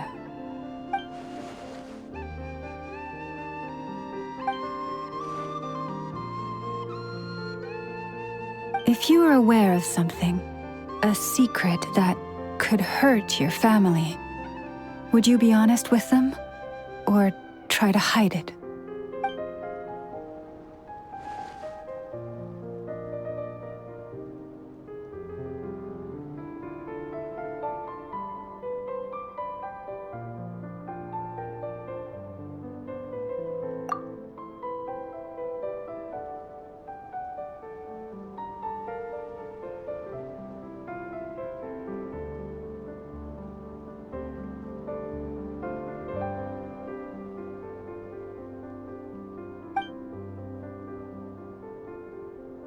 Oh, I'm so sorry. That was a strange question. I didn't mean to put you on the spot. I guess I've just never met anyone with a story quite like yours before. I just suddenly had the urge to ask. It's getting late, and you two must be rather tired too. Would you like to stay the night here on Hisi Island? I can have someone prepare some lodgings. Oh, that's all right. We've already got a room back at the flagship as it happens. Speaking of which, if you ever need us, feel free to come knocking. Do you need me to show you the way back? No worries. It's quite a way, and you should get some rest too, Lauma. We'll make sure to be careful. Understood. Then I won't keep you. May your first night in Nod Krai pass in stillness and peace.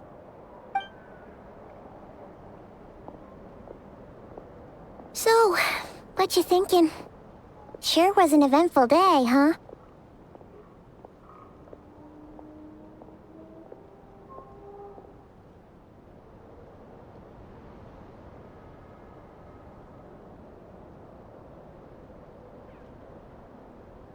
The good news is, we're not at a dead end in the search for your spaceship yet. We can always learn more about this place while we wait. The usual drill, huh?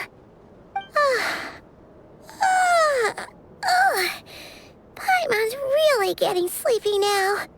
If she gets too tired to fly back, you carry her, okay?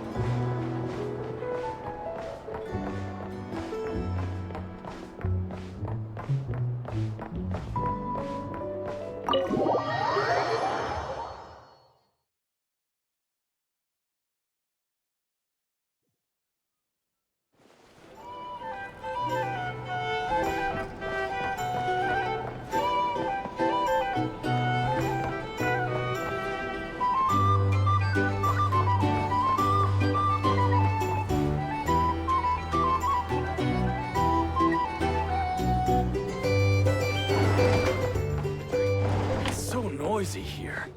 Back in my day, we'd...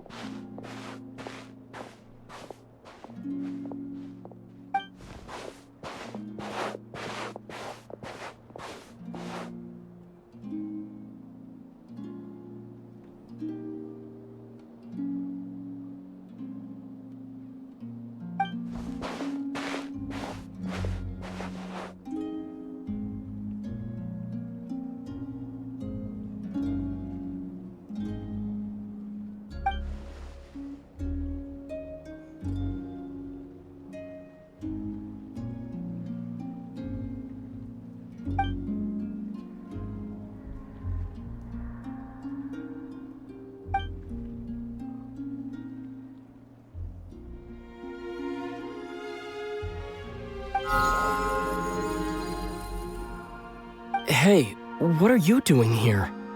These flowers. I remember. When you first appeared, there were flowers like this all around you.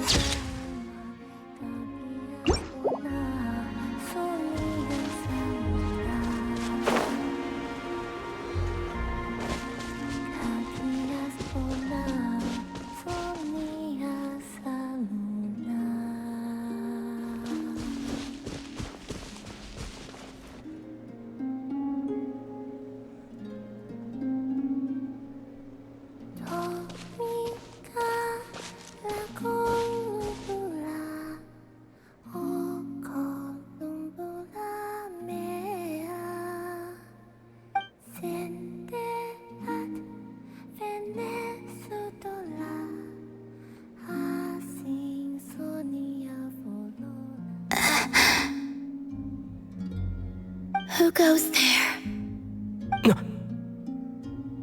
How did you get in here?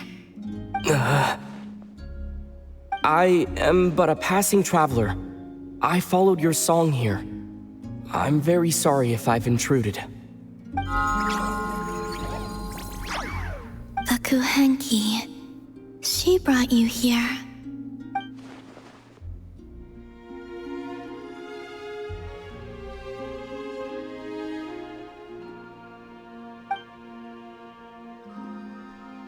May I ask, are you the one they call Kutar? And the harbinger that the Fatui refer to as the Damselette? The Fatui? Are you here at their behest?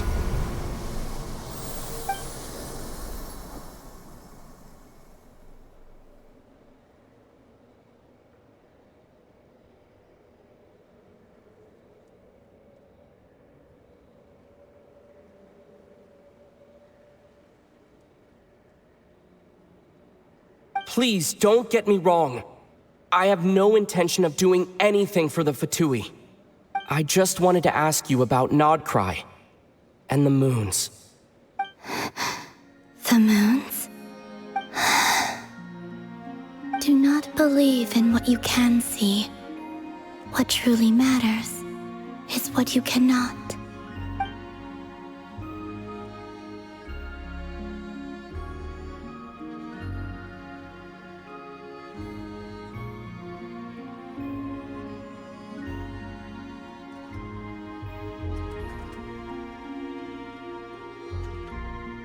What do you mean?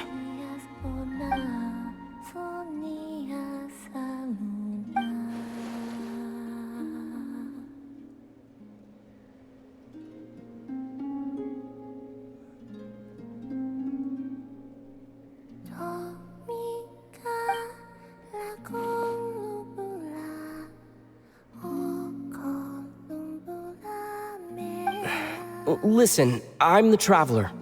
I'm on a journey through the nations of Teyvat. Hello.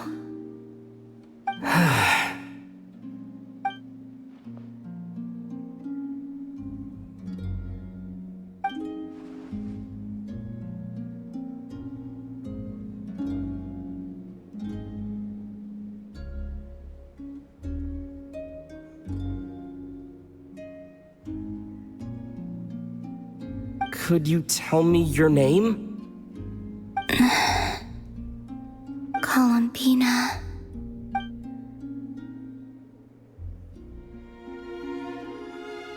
Kutar, the damselette, the moon goddess. Pick whichever takes your fancy. I do not know my own name.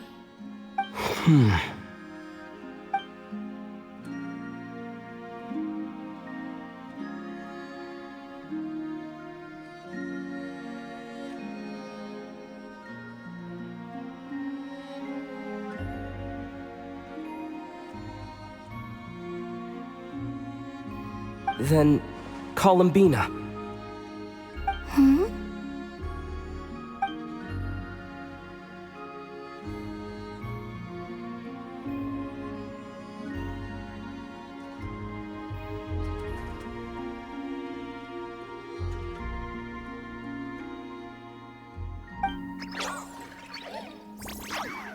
This Kuhenki, this Lanatar, did you bring her into being? Come here, little one.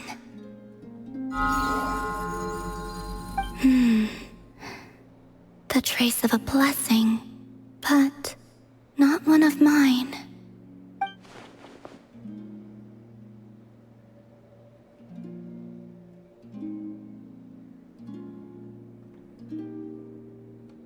People always assume I can do many things. Assume I have done many things. But I haven't. All I ever wanted was to.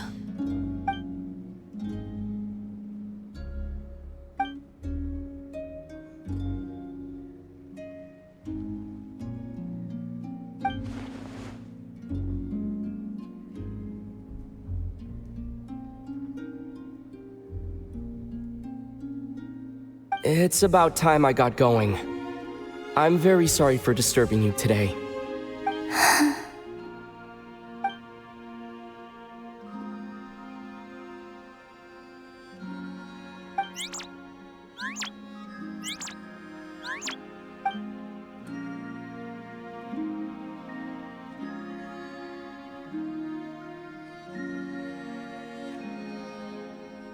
Columbina, that Kuhenki. Oh, you're leaving?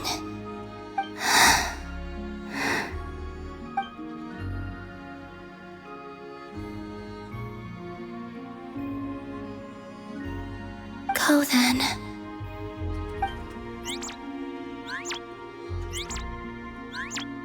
Goodbye.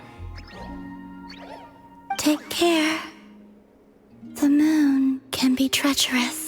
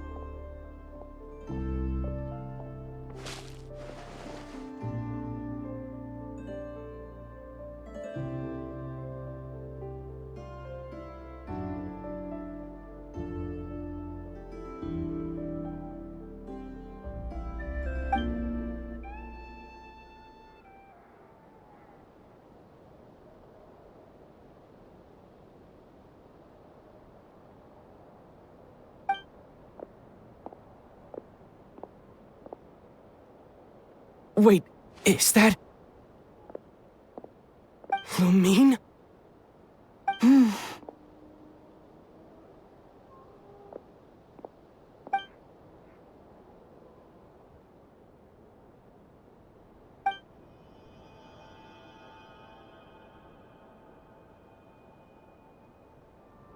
Lumine!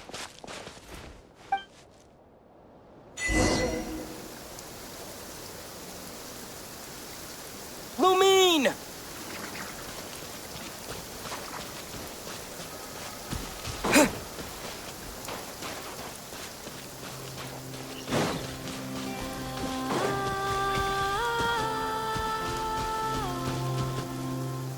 Lumine! Ether, it's you.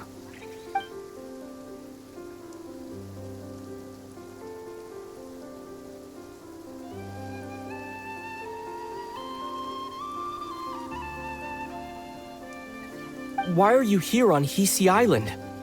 If I told you I was here in search of the Frost Moon Scion's sacred relic, what would you think?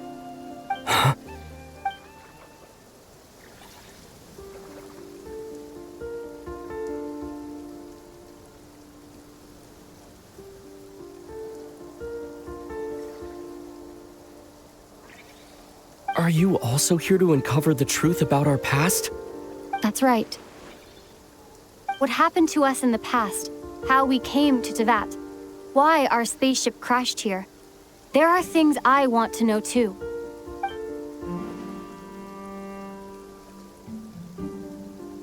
But I'm not about to sit around waiting for another 2 months to find out. Wait! Wait?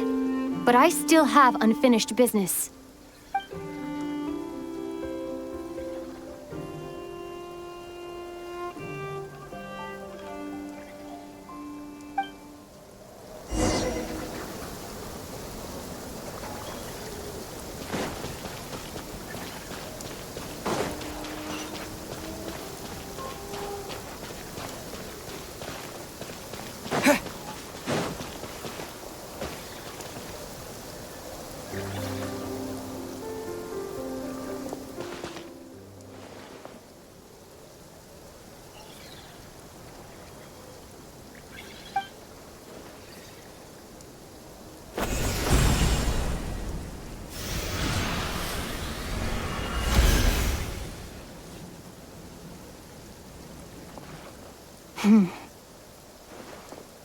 Hold on a second. What's wrong? That's the Frost Moon Scion's sacred relic. We can't just... Use it to get to the bottom of all this? We should at least get their permission.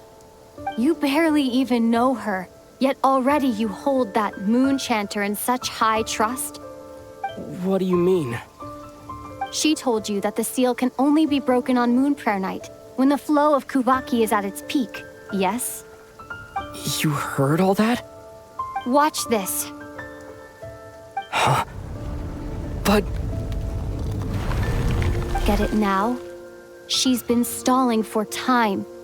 As long as the statue's base is imbued with sufficient power, the secret chamber can be opened at any time.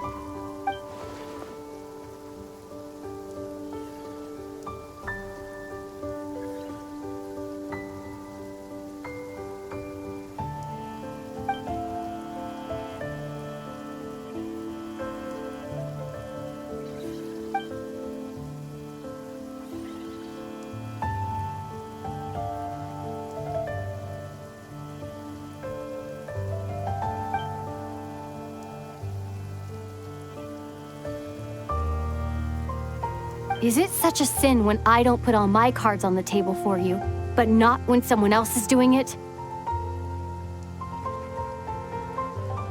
It's not like that. Is it? Lumine, you've got it all wrong. This whole time, I've wanted to ask you, what happened to make you like this? I admit, I've been having trouble accepting it. But after all this time apart, I've finally come to terms with who you are. Willful side and all. I trust you. I still do. Through all the worlds we've traveled, you've always been there by my side. If there are things you can't explain yet, I can wait while the journey goes on. I'll wait as long as it takes. Until the day you're ready to talk. Ether.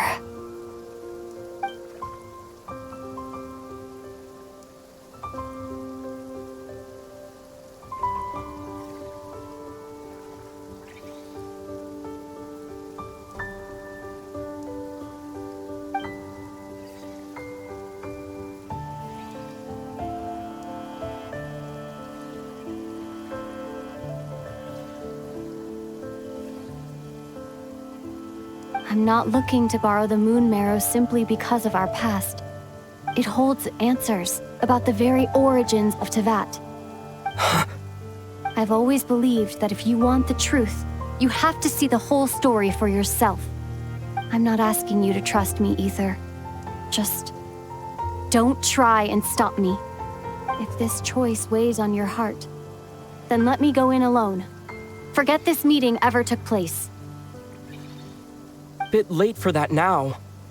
But maybe this is the chance I've been waiting for all along, even if it fades with the morning light. I want to go with you. You sure? Yeah. Then let's go. Lumine. It's been ages since we went on an adventure together. I can't wait. Really? You think I'd lie to my big bro?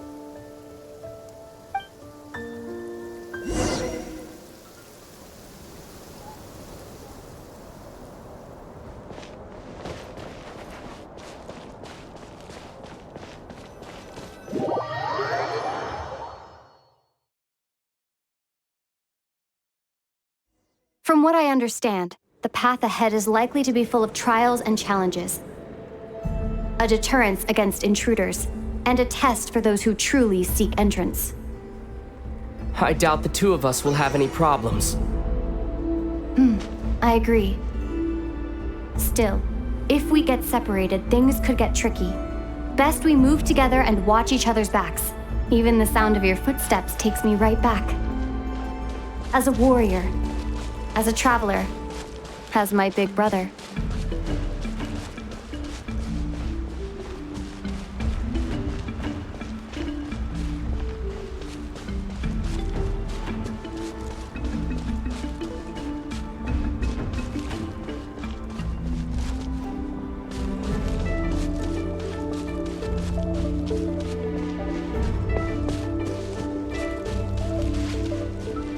Looks like this is the first trial.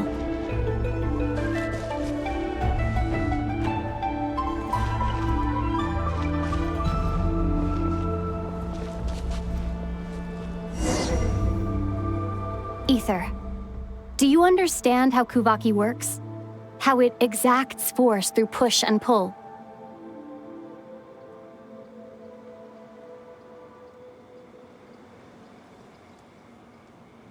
Let's see. How about this? I'll temporarily neutralize the Kuvaki on the cliff face and move the platform into the center. Once it's in place, you'll need to utilize the repelling force of Kuvaki to reach the other side. Okay, I'll leave it to you then.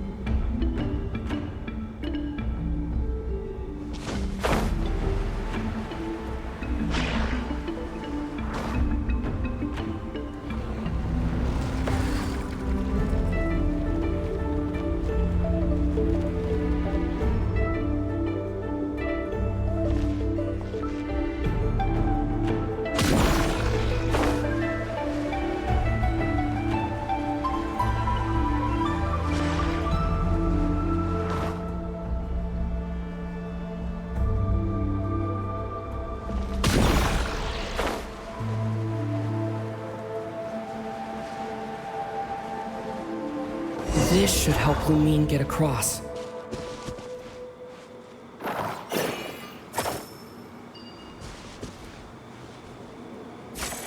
Lumine!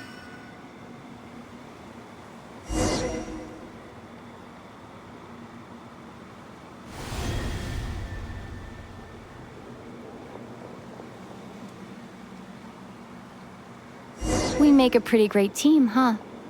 Just like the old days.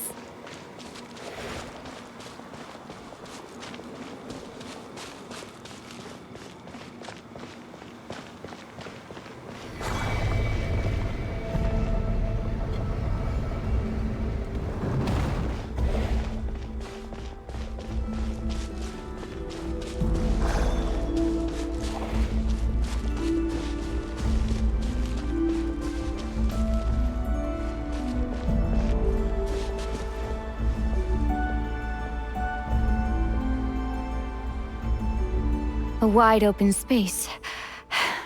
Must be in for a fight.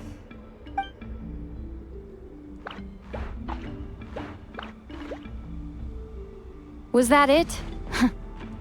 What a letdown.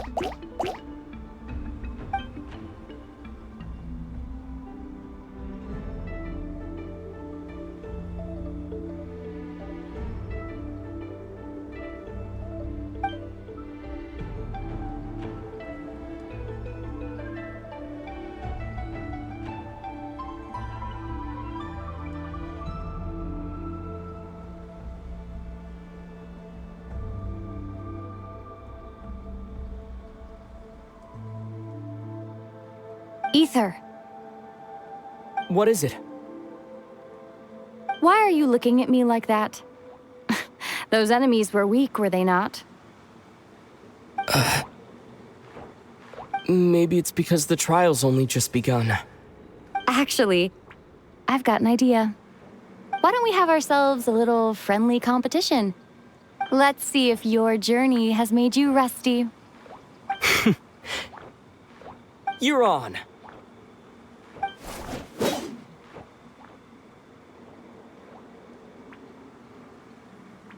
I won't lose to you, Lumine.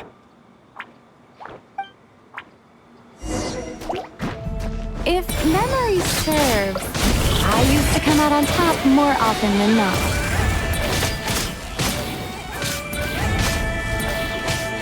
You sure you're all right? Seems your memory's slipping, Lumine.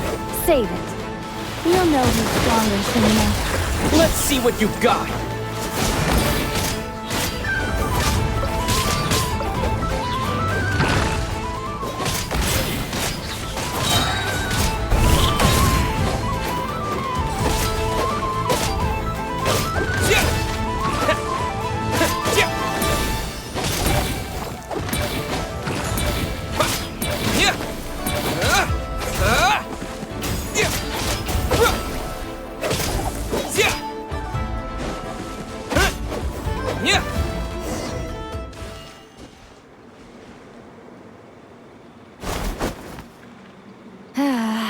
Fine. You win. Didn't feel like you really wanted it anyway. Going all out in a place like this sounds like overkill to me.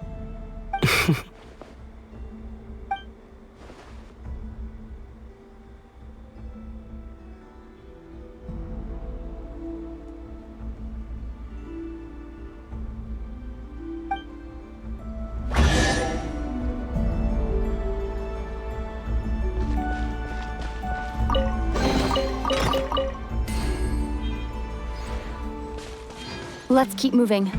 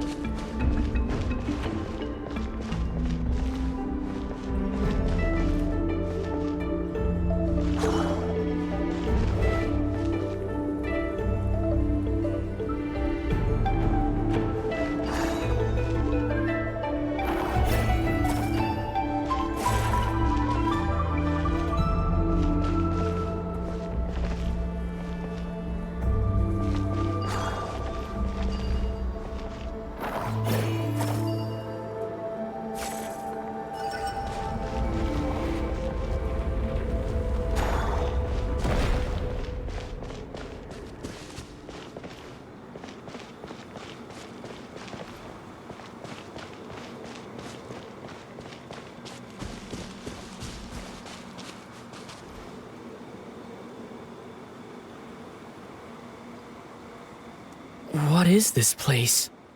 No sign of any monsters. Feels like a ritual site. But something's missing. It's ahead. Inside that thing that looks like a mirror. I can feel it. But maybe it's sealed within.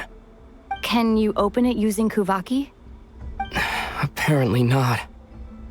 Do you think it might have something to do with the Frost Moon Scion's bloodline? Lumine? If this is about strength of blood, what could possibly stop us? Let me give it a try. Why don't you check around for other clues? Sure.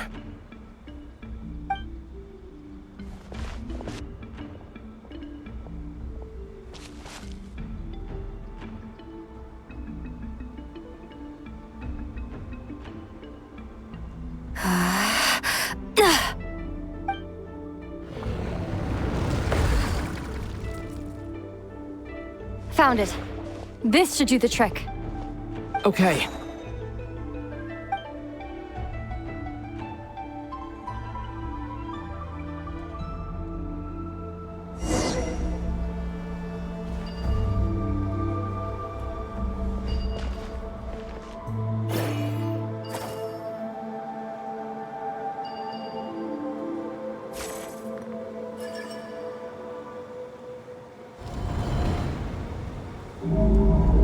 Yup, that got a reaction. That's one down.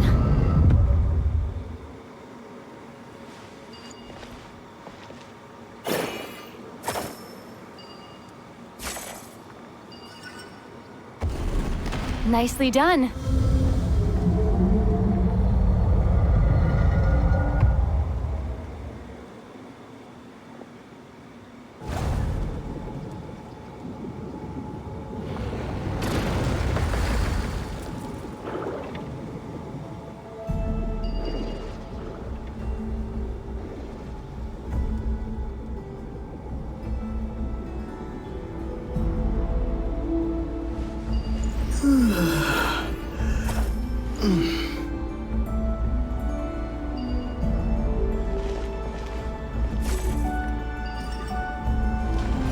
You've got this. One more to go.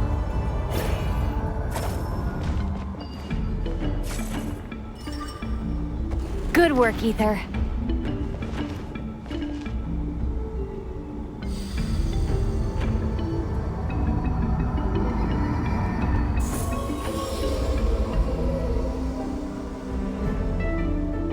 The door's open. Come. We must be close.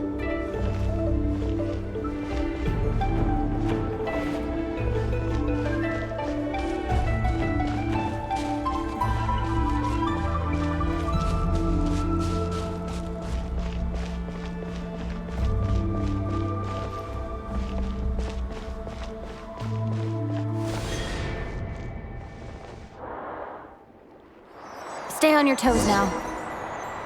Have you considered that I might be the more experienced between us? Is that so?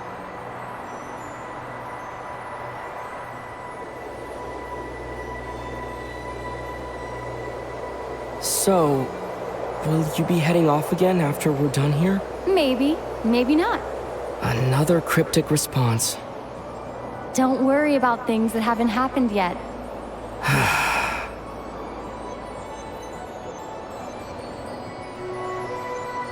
At the end of all this, what do you think we'll find? Whatever it is, we can handle it. What about the end of our journey? That's not something we need to worry about right now.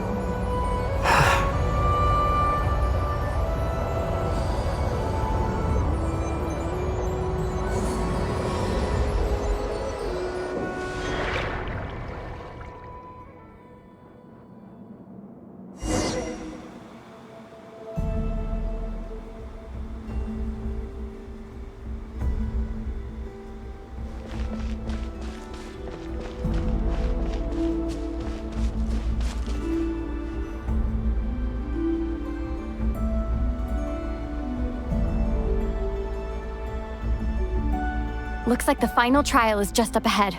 Ready for battle? When have I ever not been? What's wrong? Going on an adventure with you, side by side, it's been so exciting.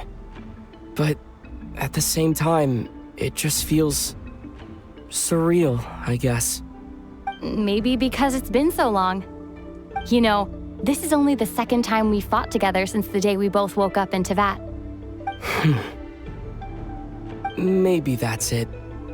Ether, let the light of our blades come together once more, just like they did in the past. Lumine.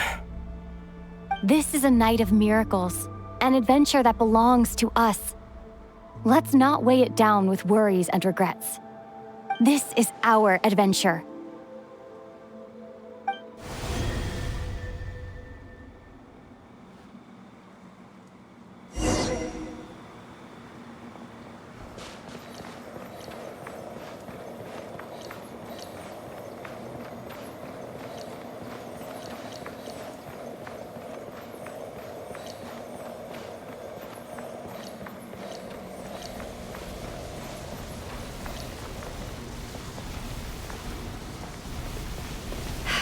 Here goes nothing. Prepare for battle. Stay focused! Dodge its attack! Don't forget to heal yourself!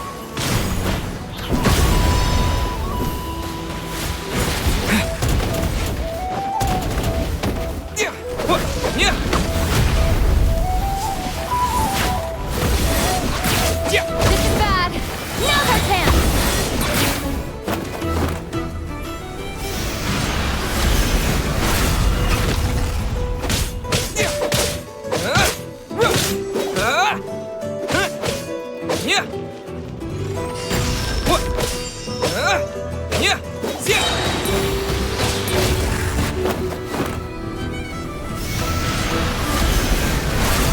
What?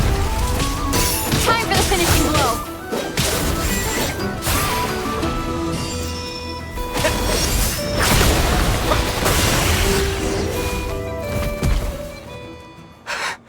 It's over. Nicely done. Flawless execution. Couldn't have pulled it off without your backup. Not too shabby at all. As for what you were saying, yes, I should have come to see you earlier. Or at the very least... Spent more time with me going on adventures like this. something like that. Instead of just running off and expecting you to follow my trail. Wait a sec. That's not an official apology, is it? That goes without saying. Come on. Time to claim the treasure we came for.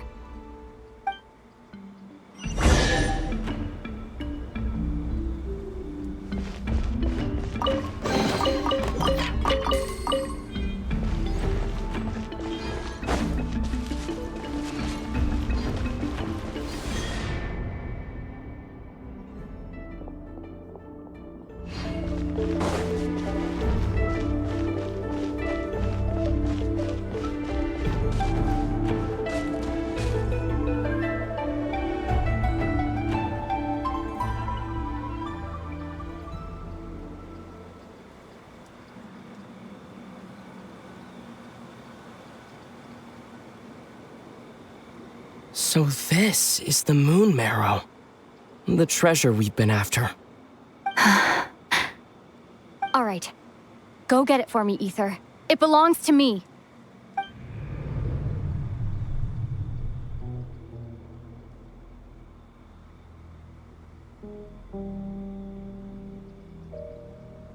What's wrong, Ether? After everything we've just been through, you still don't trust me? Don't you want to know the truth too, just like I do? Rest assured, I'll share the truth with you afterwards. Now, go bring it to me.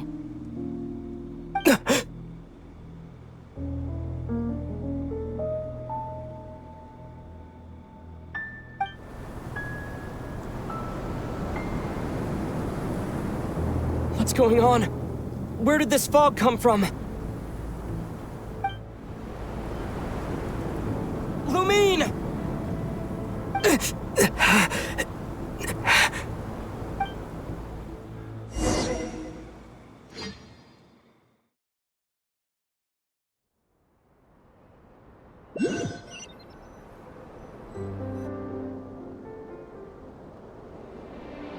Lumine!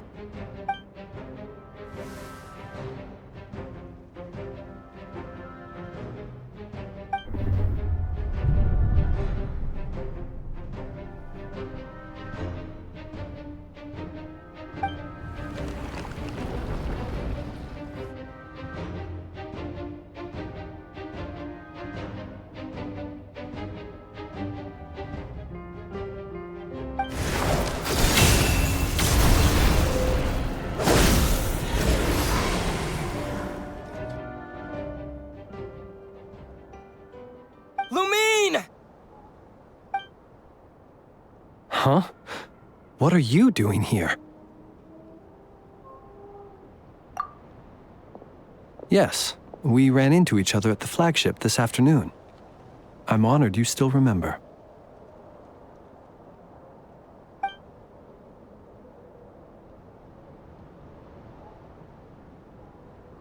Are you looking for something here?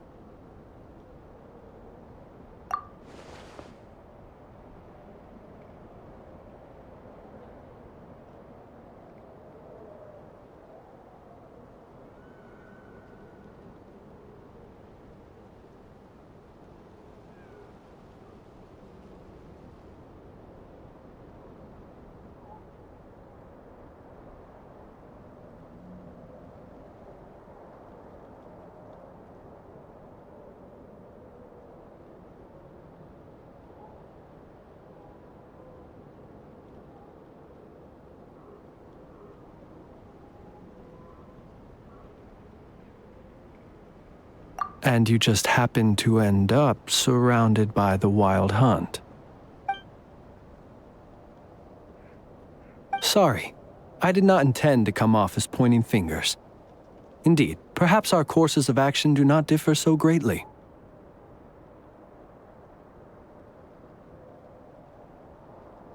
Not exactly. We Lightkeepers are accustomed to patrolling at night.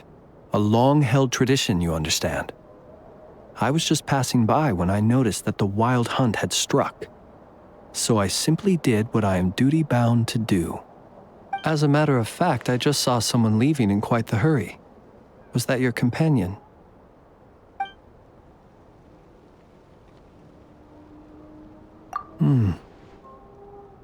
Perhaps I should take my leave now. After all, my patrol isn't over yet. Nod Krai is a dangerous place to be at night. I'd advise that you head back soon as well.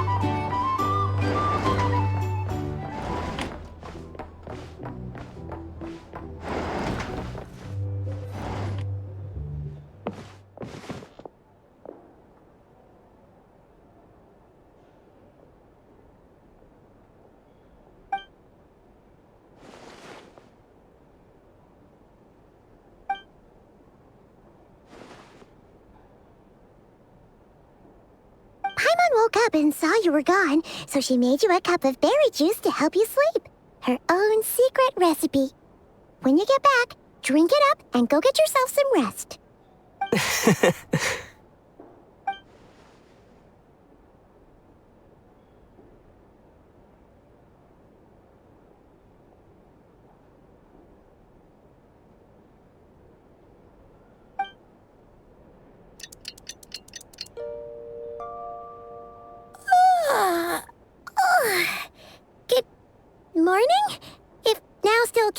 morning.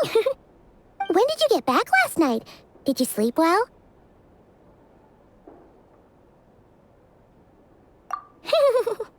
Good to hear. So, where'd you wander off to on your midnight stroll? Anything interesting to see in Nod Krai at night? Oh, really? Come on, don't leave Paimon hanging.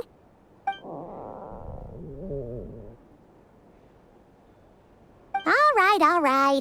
Guess we'll have to feed your stomach before we feed Paimon's curiosity. Let's go grab something to eat while we talk.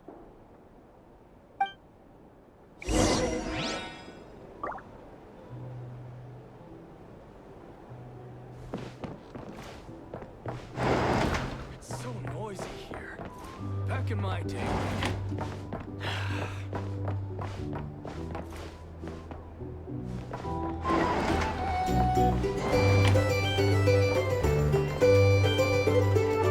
Our drink recommendations? Well, for starters, I recommend you drink less.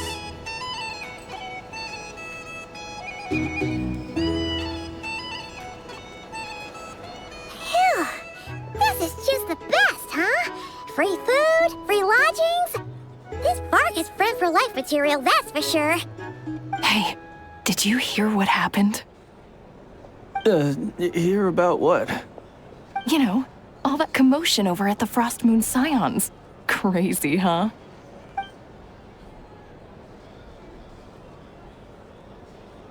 Huh? What happened? See what I mean? Completely oblivious to what's going on around you. The sacred relic of theirs. It's been stolen. Hey, slow down. Paimon knows you're hungry, but you don't have to worry about her stealing your food. At least, not today. What? Was it those Fatui? No idea, but the news has already spread right through Nasha Town. What did their high priestess... what did they call her again? The moon... something... Anyway, what did she say about it? What could she say? She's the one who discovered it was missing.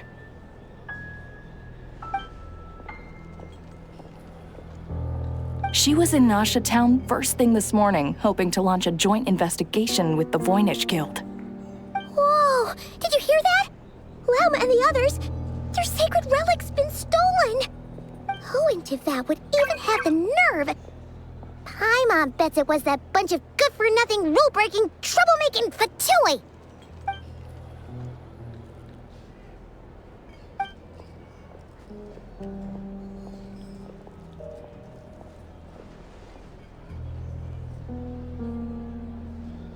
Huh? What's wrong?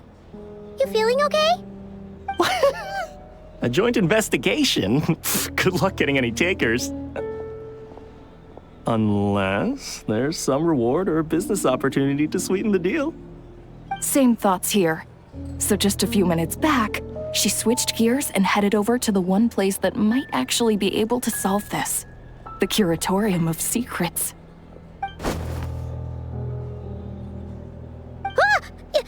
You scared, Paimon! What is it? Huh? Okay, just... Hey! Paimon's not a baby, you know! Quit pulling her arm! Here's the thing. You can't live life without a little spice. These are bounties. If you want to negotiate prices, go find a flea market.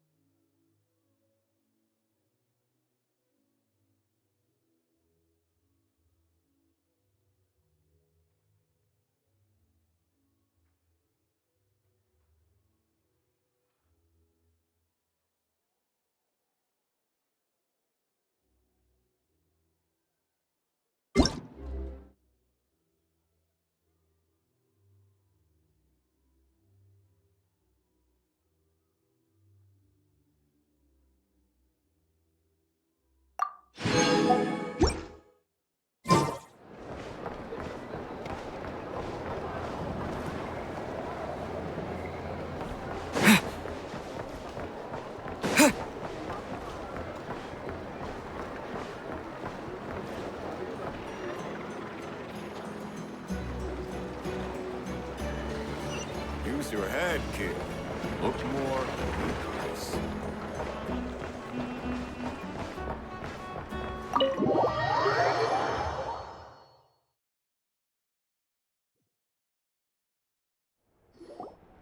Sorry to... Huh? There's no one here. But didn't they just say Lauma came this way a few minutes ago?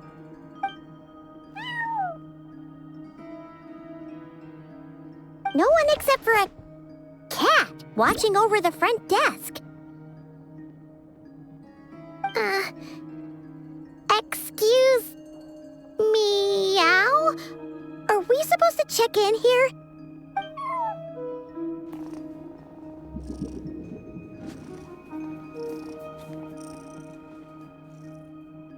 No idea what that means. Is this Lauma's personal receptionist or something? Pretty sure she'd be the only person who could actually understand it.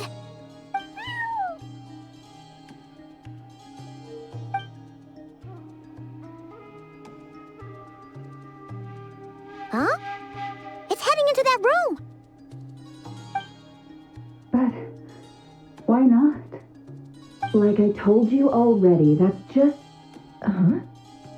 Another client.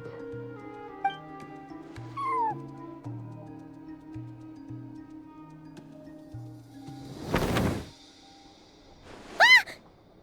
So, you were in this room the whole time? Something I can do for you? Traveler. Paimon. Oh, you're acquainted then? Yes, they visited Hisi Island yesterday. We had dinner together. Allow me to introduce you. Traveler, Paimon. This is Nefer, boss of the Curatorium of Secrets. Pleasure to meet you. They are travelers who arrived in Nod Krai just yesterday. Greeted by the birds and beasts of this land, they are kind-hearted souls who walk in the moonlight's glow.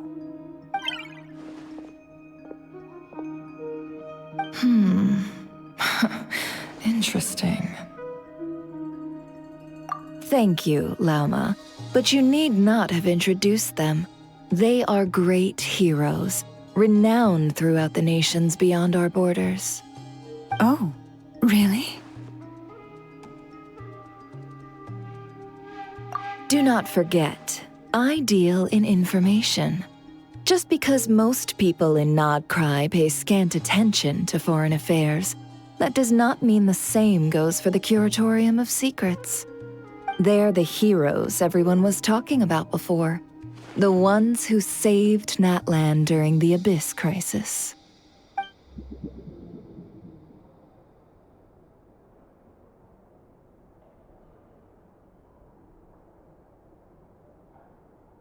I see.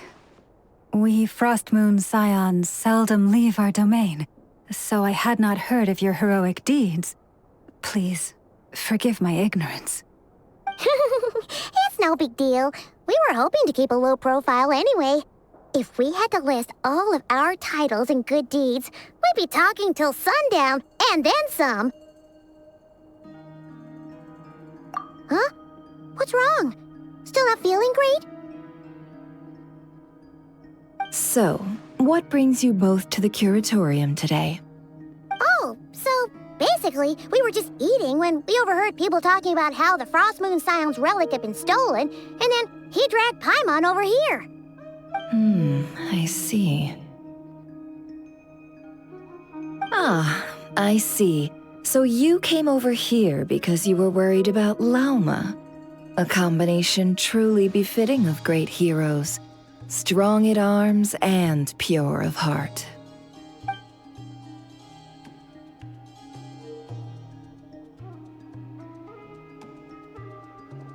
In that case, Lauma, I've got a suggestion. Why not ask these battle-hardened heroes to take the commission for you? Honestly, it's a little beyond the means of such a modest establishment as ours. Your modest establishment? Unable to handle a commission? You just don't want to take it, do you? You're right. I do not. What kind of commission is this? Surely it's not to recover your stolen relic? Yes, that is it. Recovering the relic is both my duty as a moon chanter and a step toward fulfilling the promise I made the traveler, to help uncover the truth of the past. But Nefer has already declined our commission multiple times. And yet, just as it always has, the moon will continue to illuminate the sky above the curatorium. Come night or day, may the moon goddess keep you. Enough of that.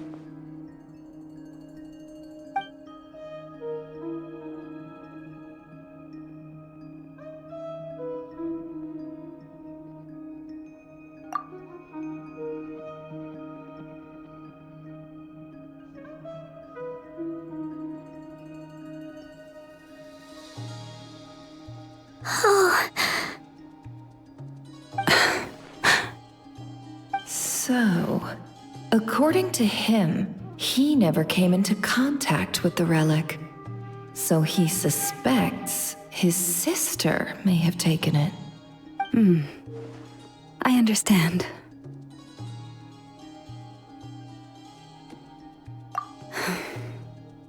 The Frost Moon Scion's secret chamber has remained hidden from the world for generations. But the reason outsiders are forbidden entry is not only to prevent theft. Within the chamber lie ancient trials, challenges designed to test the worthiness of those who enter. To intrude without rightful cause is a most perilous act indeed. So please, don't be too hard on yourself. The fact that you made it through those trials proves your right to stand before the relic. To put it simply, the Moon Marrow itself has deemed you worthy.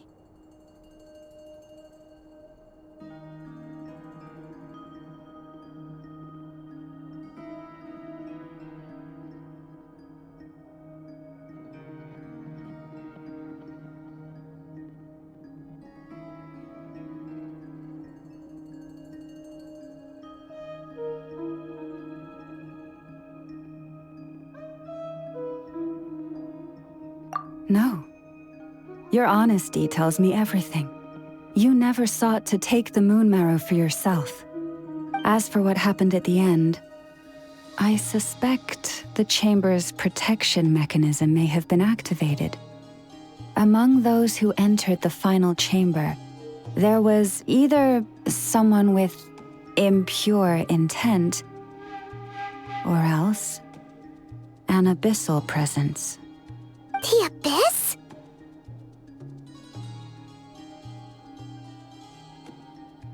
Perhaps that's why, then.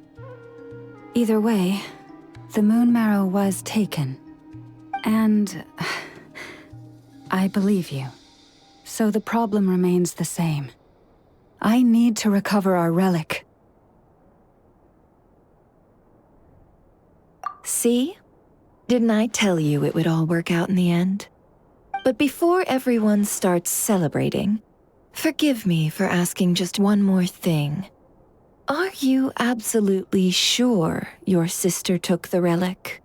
What do you mean? Weren't they the only ones inside at the time? Who knows?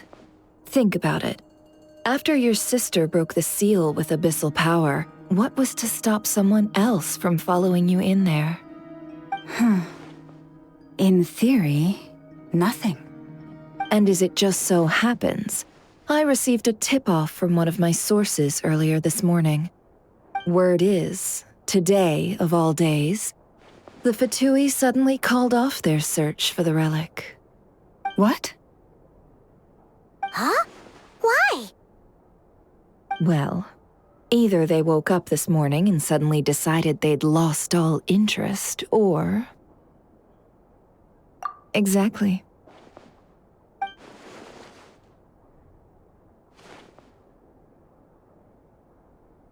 Are you wondering if your sister might be in cahoots with the Fatui? Which is why I asked, are you absolutely sure your sister took the relic? Or to put it another way, do you really know your sister?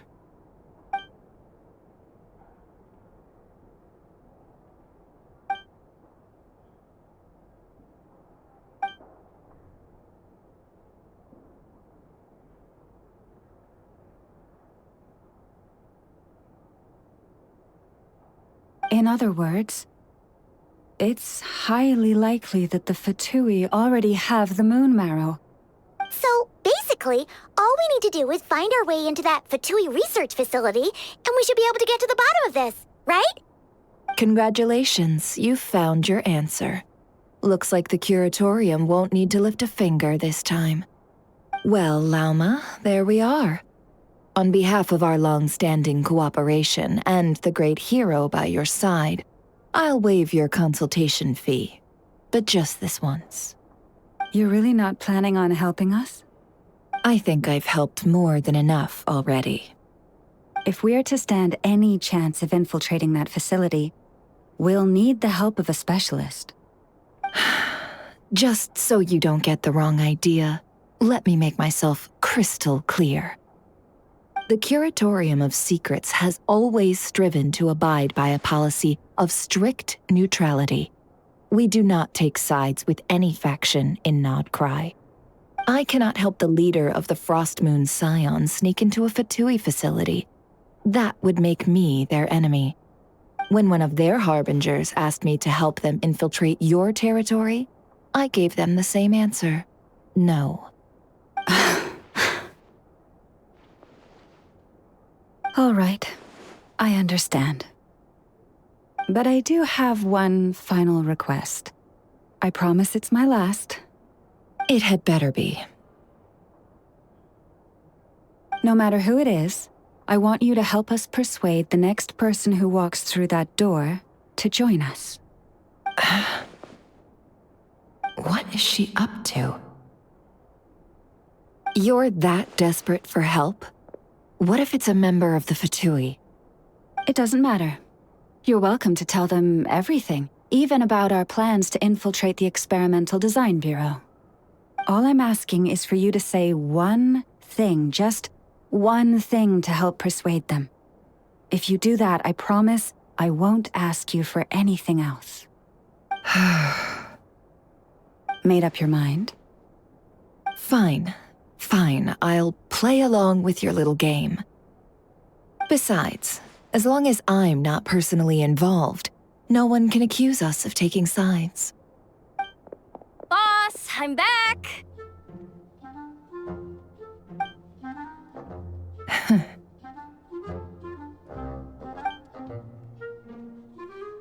You won't believe the luck I've been having today. Remember you sent me to find that runaway cat, yeah? And you said I'd only be back after dark? Well, guess what? Right after I left the house, this big ibis flew over and the missing cat was right in its claws. And once it got close, it loosened its grip and... Boss, you're meeting clients. I'm so sorry.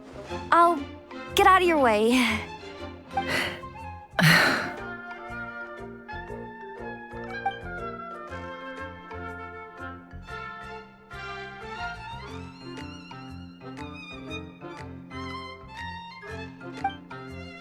Yehoda, dear, come here. Huh? Me? Is something the matter? Oh, hi there. My dear Yehoda, I have a request. Yikes! Why does the boss sound so scary? Did I do something wrong? Would you be so kind as to accompany these 3 delightful clients of ours and help them infiltrate the Fatui's Kuvaki Experimental Design Bureau? What is going on here? Boss usually just says things like, hey, go do this, or you, go take care of that. Why is she being so scarily polite? And wait a sec. The Fatui's research facility? That's basically a death sentence. Made your mind up yet, my dear?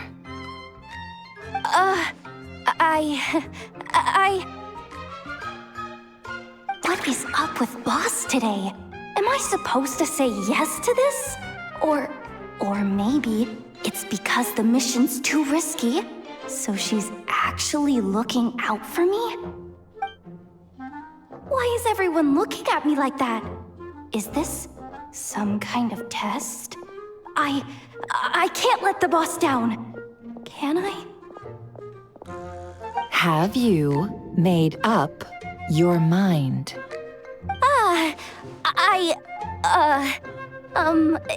That's... Sure, why not? Really? You really don't mind helping us? Huh? Oh, yes. I mean, no. Of course, I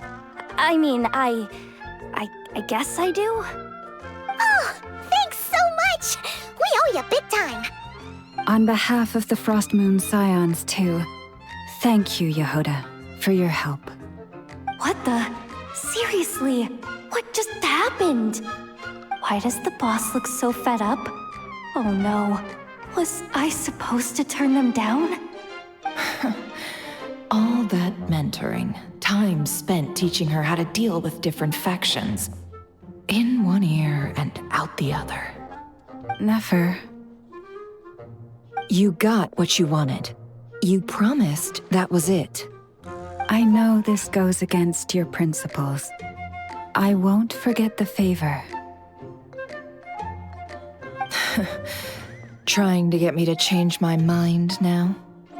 Of course not. I just wanted to say thank you. So, thank you. Oh. Yehoda, we'll leave the planning to you. Let's discuss the details elsewhere. Huh? Oh, okay. Oh, what have I gotten myself into? Oh, by the way, Yehoda, before you go... What is it, boss? You're fired. Huh? Effective immediately. As in, this exact moment. The Curatorium will take you back, of course, but only once you've completed this commission for our 3 clients. What? Is there some issue? Well, here's the upside. Without me taking a cut from your commission, you'll earn more. Seriously? Can someone explain what's going on here?